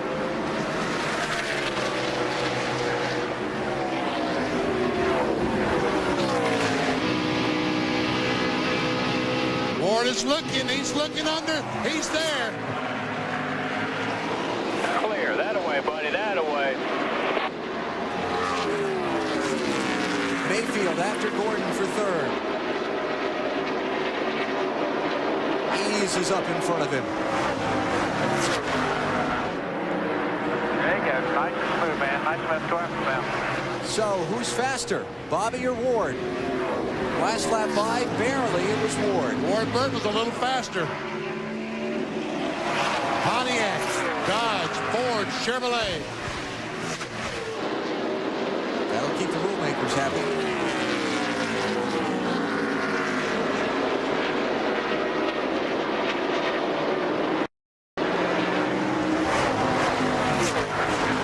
Just enough laps left in this race when we went back to green that how the car is balanced. Wally, you talked about this right at the opening of our broadcast. How your car is balanced for the long run will come into play for these machines. Absolutely. Right now, it's which car slides the best is going to be the winner of this race. And it looks like Jeff, if you watch the 24 car, the 24 car is using more racetrack than any one of these cars. He's way up on the wall, and he starts way down the bottom of the track. So he's got less grip than the 3 guys in front of him right now. Report that Ken Schrader may have just scraped the wall. Jeff Gordon has fallen back. Yep, there's the damage. That's turn 3.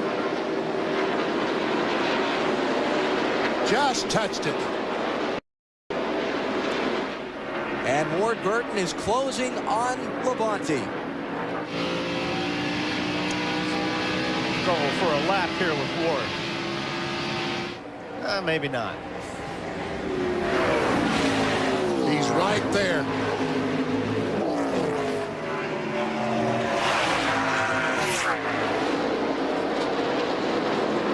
Uh-oh, caution. Wow. Front stretch. Huge crash for Robert Pressley.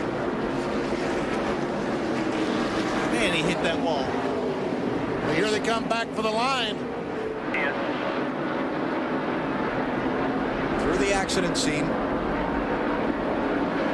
And everybody eases off. Robert getting out of that car in a hurry. Yep. He's got the Hans device on. And obviously hurt. Yeah.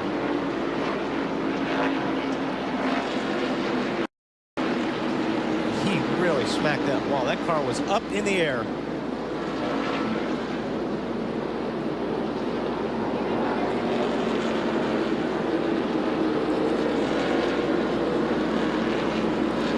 That was tough. But Robert was running, had a good run today. Cold wet rag.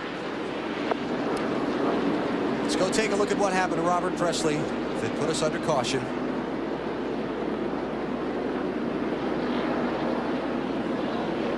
Got hit by Terry Labonte. Yep, he drifted up way high up coming out of 4, and it looked like he may have bounced off the wall across the front of Terry's car. Hard to tell by that angle, but there was a battery or something flying across the track. The car almost went over too.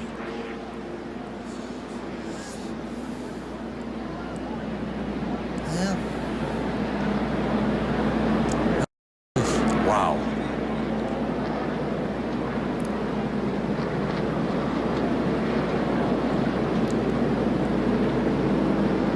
And a look from the starter stand camera.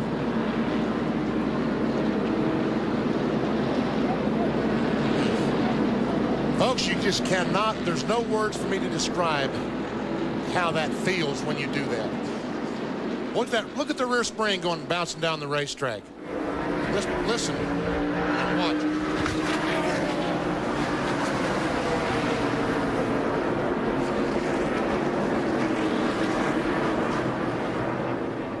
You hit the wall that hard and all the air leaves your body. You go, whoosh. And you can't breathe for about 30 seconds. So all you're trying to do for that length of time is just to get a breath, some air in those lungs. The way the seats wrap around your shoulders and your rib cage when you take that big side impact like that, it's really a tremendous blow to your torso, your rib cage. Like BP says, it knocks the wind out of you for sure. Obviously, the safety workers there attending to Robert. We'll take him to the infield care center, and we'll get you a report as soon as one becomes available.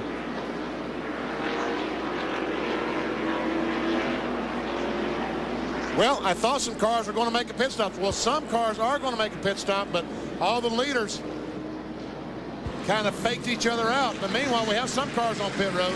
Boy, this is going to be interesting, BP, because you know how much those tires make a big difference here. Is there enough laps? Got 16 to go right now.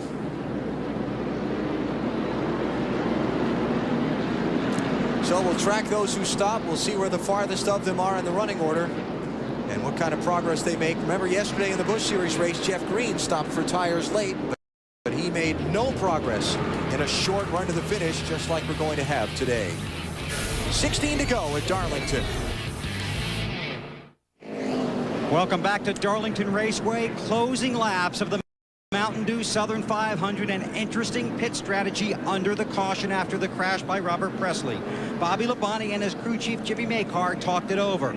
First, they were going to come and get 4 tires. They knew if they did that, some guys behind them would take 2, and some guys would not even come into pit. They had extra time to talk about it because pit road was closed. They decided to stay out, knowing that most of the front runners would stay out with them, but the guys would, from the back of the pack, come to pit road and get tires. Sterling Marlin was running 6th. He led the parade on the pit road, but some guys behind him stayed out to pick up the track position the guys in front of them gave up. You got all this? Basically, if my math is right, the guy with the freshest tires is the 40 car and is currently running 9th. One more stat, Bobby Labonte's car is a little tight as they come to the green, Alan. Labonte, Ward Burton, Mayfield, Gordon, Rudd, Benson, and Earnhardt Jr. are the 7 that stayed out. Green flag is in the air. 13 laps to go.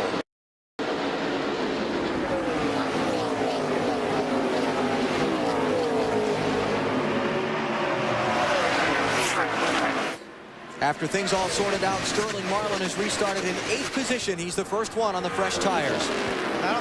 BP, I think Sterling's in a good position right now. I think those 4 tires is that's a smart decision.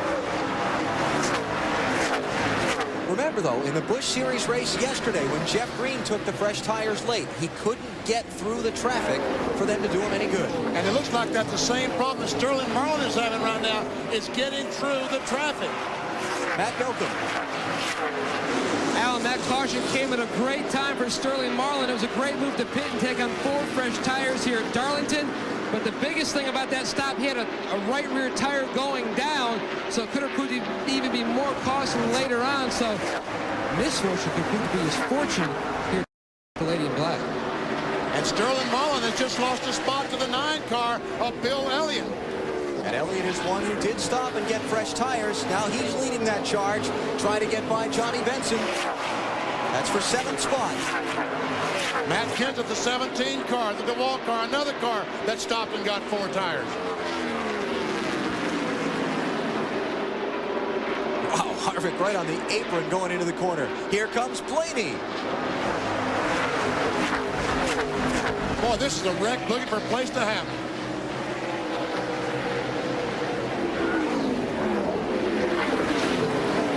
And it just about happened. Now the 10 car has some sheet metal knocked on the left rear tire. Oh, Harvick just turned left off turn 2. Might have got bumped. Might have gotten bumped. Here is the lead. Ward Burton to the inside of Bobby Labonte. 9 laps to go. Trouble off turn 4. Spencer crashes. Joe Nemechek and Ron Hornaday have also crashed. They're racing back to the caution flag. This could be... 2 down low in turn 4. Stay up high, in the groove, everything will be fine. Key point in the race for Ward Burton. He's going to beat Bobby Labonte back to the yellow. Keep coming, buddy. 14's rolling down to the start-finish line. You got the caution. Watch that 14. Now, this was an advantage for Bill Elliott if we're able to get this mess cleaned up and get the race restarted with a few laps. With those fresh tires, Elliott is now up to the 7th position. Hornaday is driven away. Spencer and Nemechek have not. And the pace car's in front of the field again. And as I was trying to talk about way earlier in the race, when you have guys on older tires and you have guys on fresh tires, it's really, really tricky because the guys on fresh tires are so fast and you get into this traffic jam, and BP, you called it. It was an accident waiting to happen. Well, let's see what made the accident waiting to happen. Well, there we see the 14 car, the 25 car. The 14 gets up in the wall. And the 33 car tries to turn under him, and Terry Labonte just clips the 33 car ever so slightly and knocks him up into the 14. That's the first part of it. Spencer is still to come. And there we see Spencer. He's gotten in front of the 40 car. Not for long. Wow. There were 2 different wrecks going on. Yep. 2 entire different wrecks. And Jimmy would have had that saved if that 10 car wouldn't have been there. He just got bad luck that that car was up there, and he hit it with the right front fender. Listen to Hornaday getting the fence. 25 inside.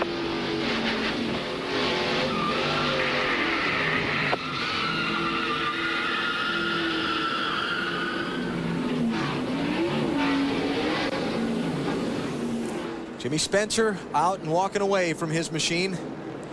Long haul at Darlington to try and get a good finish in the Southern 500, and he comes up less than 10 laps from the finish with a wrecked race car.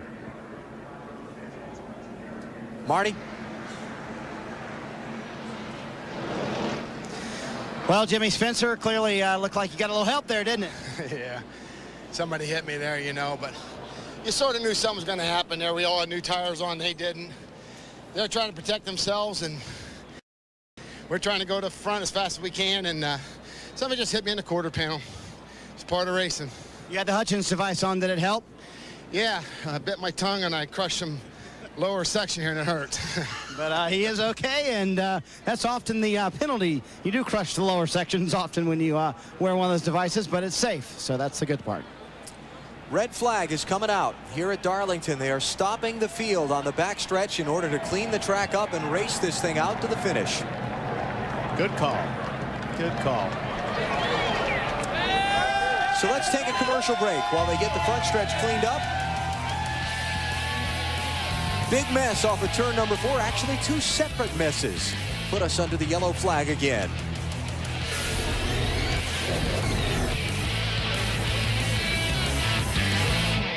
Here's our Pepsi race recap. It's been an eventful Mountain Dew Southern 500. We rolled off just after 1 Eastern time under threatening skies.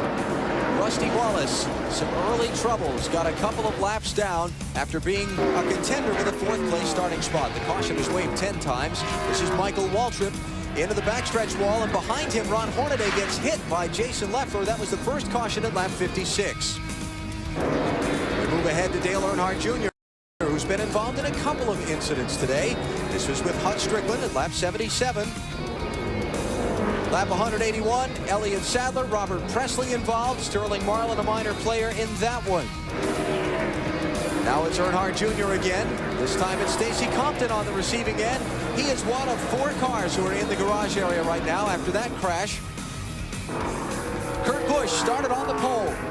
Did a great job, led 74 laps, but went behind the wall after a series of problems led to mechanical issues for him. Dale Jarrett, something wrong in the left rear of his car, put him behind the wall for a while.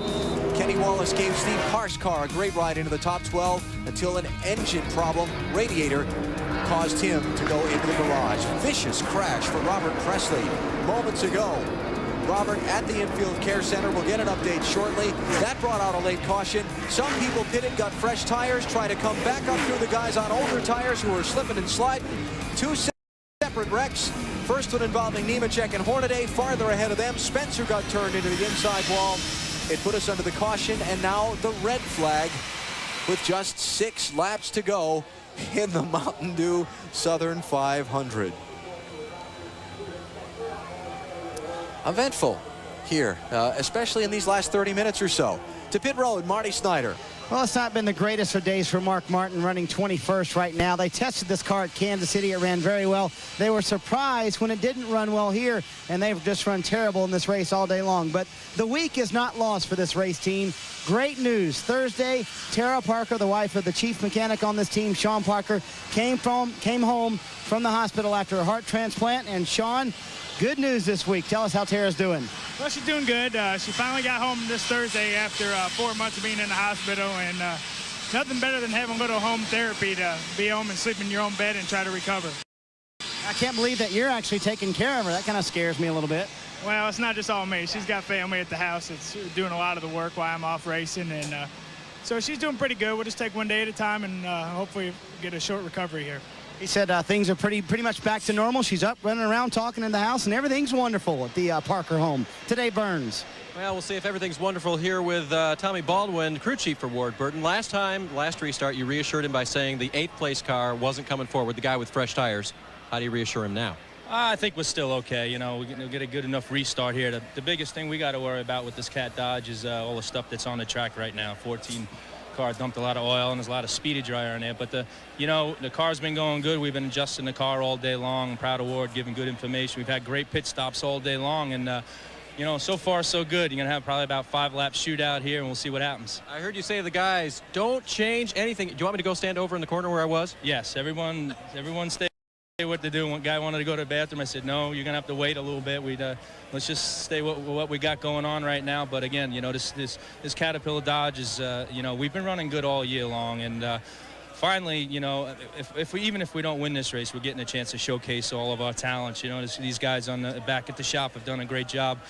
22 and 93, and you know, putting this Dodge program together. I'm just proud of everybody. Great motors too, Terry. And they've won here before. They're trying to do it again, Alan. All right, Dave. Well, here's the situation. They're getting set to roll the field off from the red flag.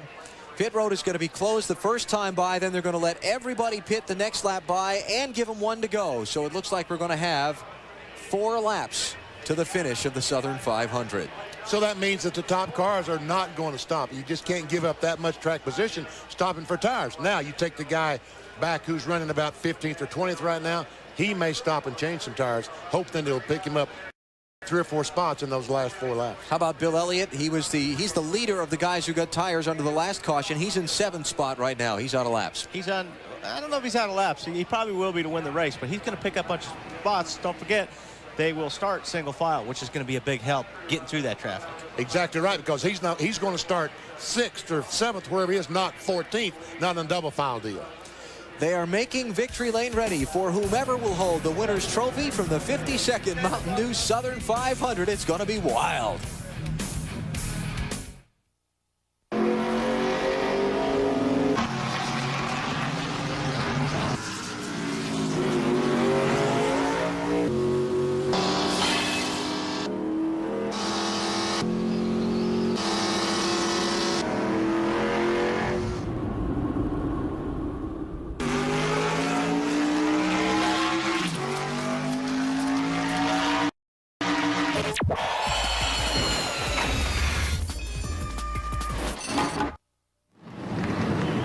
Welcome back to Darlington. The cars just now beginning to roll after the red flag for track cleanup. We are under caution. Pit road will be closed the first time by.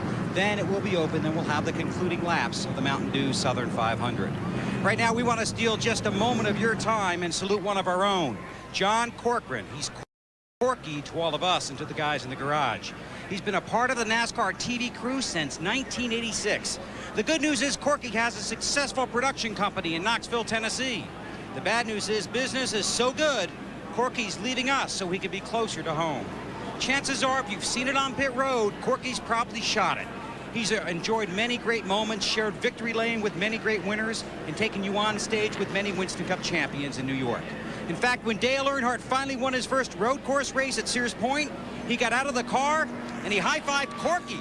He's one of the many, many valuable individuals behind the scenes that make it possible for us to bring you every lap of every race, every weekend. Corky has always been polite and always been a true professional, and along the way through the years, he's even broken in a few rookie pit road reporters, including some clown named Weber.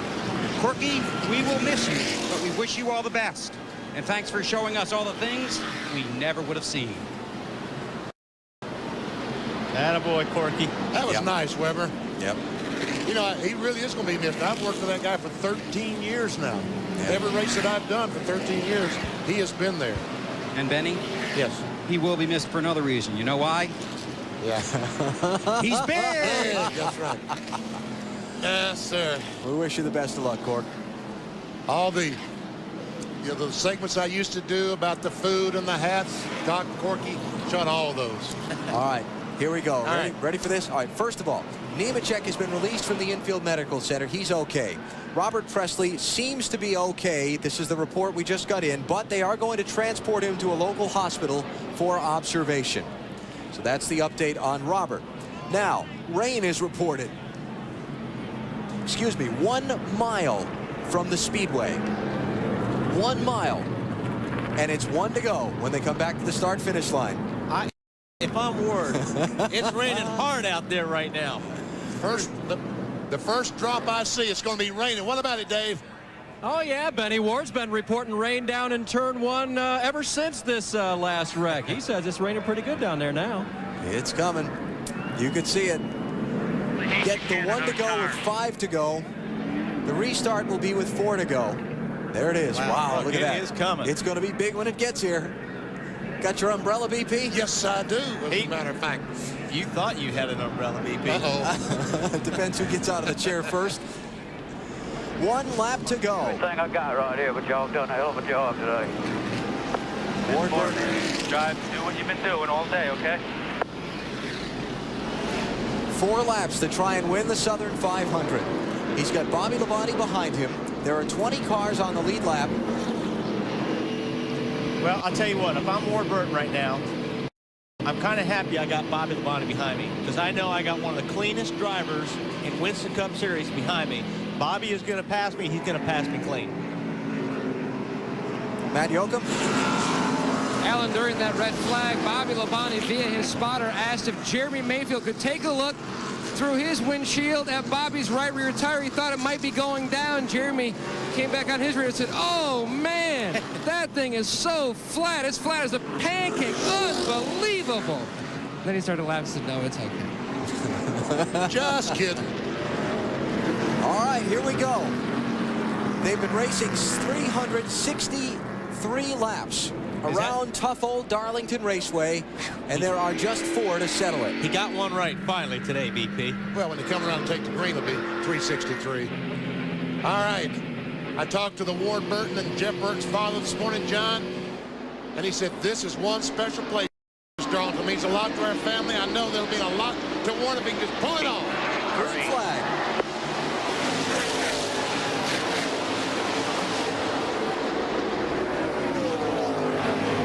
Labonte looking low. Keep looking inside. Clear. Ward shuts him off. And it cost Bobby a lot of ground. And Bobby Labonte's got to be a little bit defensive right now to try to keep the 12 car of Jeremy Mayfield behind him. Ready to go, be smooth. Ricky Rudd on Jeff Gordon. That's 4th spot. Jeff does not want to give it up. And we see Jeremy Mayfield taking over the 2nd spot.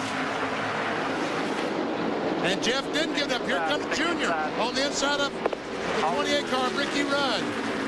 There's Bill Elliott with those fresh tires right on the back of Junior. Oh, and Jeremy Mayfield's in the fence.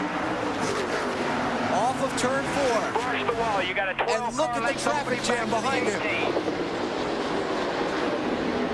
And that leaves Ward Burton in the clear because Oh, man. Big trouble in turn 1. Big wreck in 1. Keep coming. Keep coming. Ward Burton racing back to the caution flag and a win in the Southern 500. Dale Jr. was in the wreck. Dave Blaney was in the wreck. Most everybody else is driven away. It's Gordon racing Bobby Labonte for 2nd behind Ward Burton, who comes to the caution and white flags and wins the Southern 500. 1 and 2 will be clear. Just stay in your groove, buddy. It looked like what happened on that, guys. We'll watch the replay, but it looked like the 93 dove down in there in a turn 1 on the bottom and ran up the racetrack and got into Dale Jr. As long as Ward Burton can follow the pace car around for 1/2 a lap here at Darlington Raceway, he's going to win one of the sport's biggest prizes. He'll have come from 37th starting spot to do it. Believe it or not, the 2nd year in a row that the winner of this race has come from a provisional starter. Well, evidently Dave Burns did not move. He stayed in the same spot and bought those guys the luck they needed. There wasn't nobody better here. It's Gordon 2nd, Bobby Labonte 3rd, Tony Stewart 4th through the melee, Bill Elliott 5th.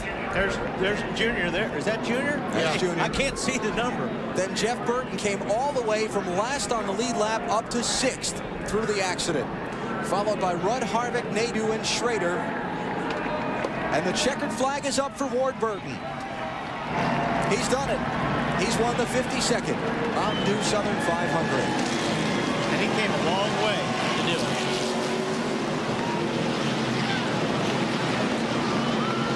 second win for Dodge, first one here at Darlington since 1971 when Buddy Baker did it. And for Ward Burton, his third career win. Two of them have come here at tough old Darlington Raceway. All the guys pulling up beside him, congratulating him. See if we can see what happened on this wreck. Here's a 93 car down at the bottom. See, he went way down and just ran right up into the 8 car of Dale Jr. And then it was a lot of blockage. A lot of cars with no place to go. I want to see how Jeff Burton gets all these spots through this. And actually, 93 was down on the apron. He was on the flat part of the racetrack going in there. Be some tempers. Look at Tony Stewart. He goes sideways, but somehow gets it straightened back out and drives through to finish in the 4th position. And here comes Jeff Burton right through the bottom, snaking his way around, never letting off the gas. From Dale Jr.'s view. And listen. Still inside.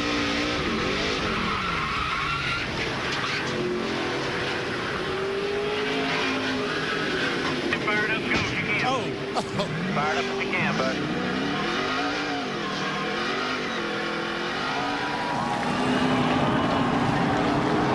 Ward Burton laying a little smoke down for the fans.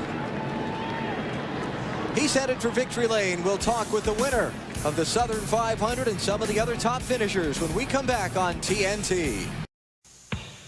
The Mountain Dew Southern 500 from Darlington Raceway in Darlington, South Carolina is brought to you by Casey Atwood and the Dew Crew, fueled by Mountain Dew, by the Cat Rental Store, where you can rent cat equipment and a whole lot more, by Kellogg's, the official breakfast food of NASCAR, and by Pep Boys. All you need to know is where to go. Pep Boys. And we're here in Victory Lane at Darlington, and Ward Burton is here. And wait a minute, he's on the phone. Who are you talking to? What? Who are you talking to? Oh, it's my little buddy Jeff. He's been on me. He said every time you did good, Daddy, you never did a burnout. So I had to go out there and do that for him. But what an awesome car, man. The guys fixed the car for me Friday after I hit the wall. We worked on it for about 12 hours, complaining all day yesterday, complaining some today. Those last 3 sets were on the money. And those Cat team right there, they're the one that did it. I'm just steering it. Yeah, and you steered it around some guys up front there. Tell me about the pass for the lead. Bobby was a little bit tight going in and a little bit loose on the throttle, but cool thing about Bobby is I know he'll race me clean, and he knows I'll do the same thing with him. So he had a good run, and he had won a race this year, so their turn this time. And your brother has won the Southern 500, and you have now as well. Yeah, I don't know what it is about Burton's in here. It must be something from my dad and mom taught us, but it's been a great track for us. These new Goodyear Eagles are good cars, but they're a real challenge to get to handle, and it's a compromise at all points here, and the team just did an awesome job. We communicated all day and communicated a lot last night, and just so happy for all their sponsors and Dodge and all of them. Pretty neat deal. Struggle for you at times this season, and now a reward, a trip to Victory Lane. Oh, yeah, we've struggled a lot. Counting last week, we've gotten spun out or wrecked 9 times this year, and it was nice not to hit anything today. So normally when we're running good, that's when stuff happens. But, wow, what an effort by these guys right here. They're the man. They're the one that did it, and I'm just lucky to be a part steering this reel. Congratulations. Thanks, man. Ward Burton in Victory Lane at the Southern 500. And remember, in the pre-race show, we told you, you don't have to start up front to win. At Darlington, he came from 37th, Marty. And Jeff Gordon and Bobby Labonte having a little conversation about how Jeff Gordon passed Bobby Labonte on the last lap. Stay here, Bobby. We'll talk to you in a second. Tell us how you got around Bobby on that last lap. A little exciting there for a second, wasn't it? That was a little dirty, wasn't it? You know, what happened was I hit the wall for turn 2 there way back and killed our chances, unfortunately. Guys on the DuPont Chevrolet team did an awesome job today getting us out front where we need to be, had the car to do it. And then I blew it by hitting the wall right in front of Bobby. And those guys drove by me, and I was just trying to hang on for everything I could. Battling there with Rudd. We were side by side. It was getting pretty wild. And then we drove into 3, and Jeremy went up there and hit the wall, and Bobby got sideways. I don't know if there was some fluids there, and so I had to run on him, and we didn't take the caution, and so I was able to get the outside of him, get second. I hate doing it that way, but I was trying to get everything I could. Yeah, but it was a good day's points day for you, and he's not mad at you. That's the good part. He's a good guy. He's a great guy. I mean, the caution comes down the last lap next week, right? I mean, yeah. I mean, what happened was Jeremy got by me. I went into 1 and it never turned, and then he got by and then went down to 3 and it never turned again. He hit the wall, and because I'd already committed, I already had one eye closed because I figured I was going to wreck, and somehow I didn't. And then when the white flag came out, I thought, I'm just going down here and I'm going to stop and just ride around the bottom because I ain't going to tear my car up because I mean it's been a long time since I finished top 5. They had a good run. Both of these guys did. Second and third today for Jeff Gordon and Bobby Labonte, Alan. Finishing results from the 52nd Mountain Dew Southern 500. The win for Ward Burton. Top 5s for Tony Stewart and Bill Elliott and Jeff Burton. I'm telling you, he was about 15th when he went through that wreck on the last lap and wound up with a good finish. And Jeremy Mayfield will finish 13th after such a terrific run today. Sterling Marlin back there, and now we check 21 through 30. Some of the guys would like to forget today. And these are the guys that would really like to forget today. 35th place for Dale Jarrett after the vibration in the left rear of his car that sent him to the garage for 11 laps late in the race. We'll come back with more post-race coverage in a moment at Darlington.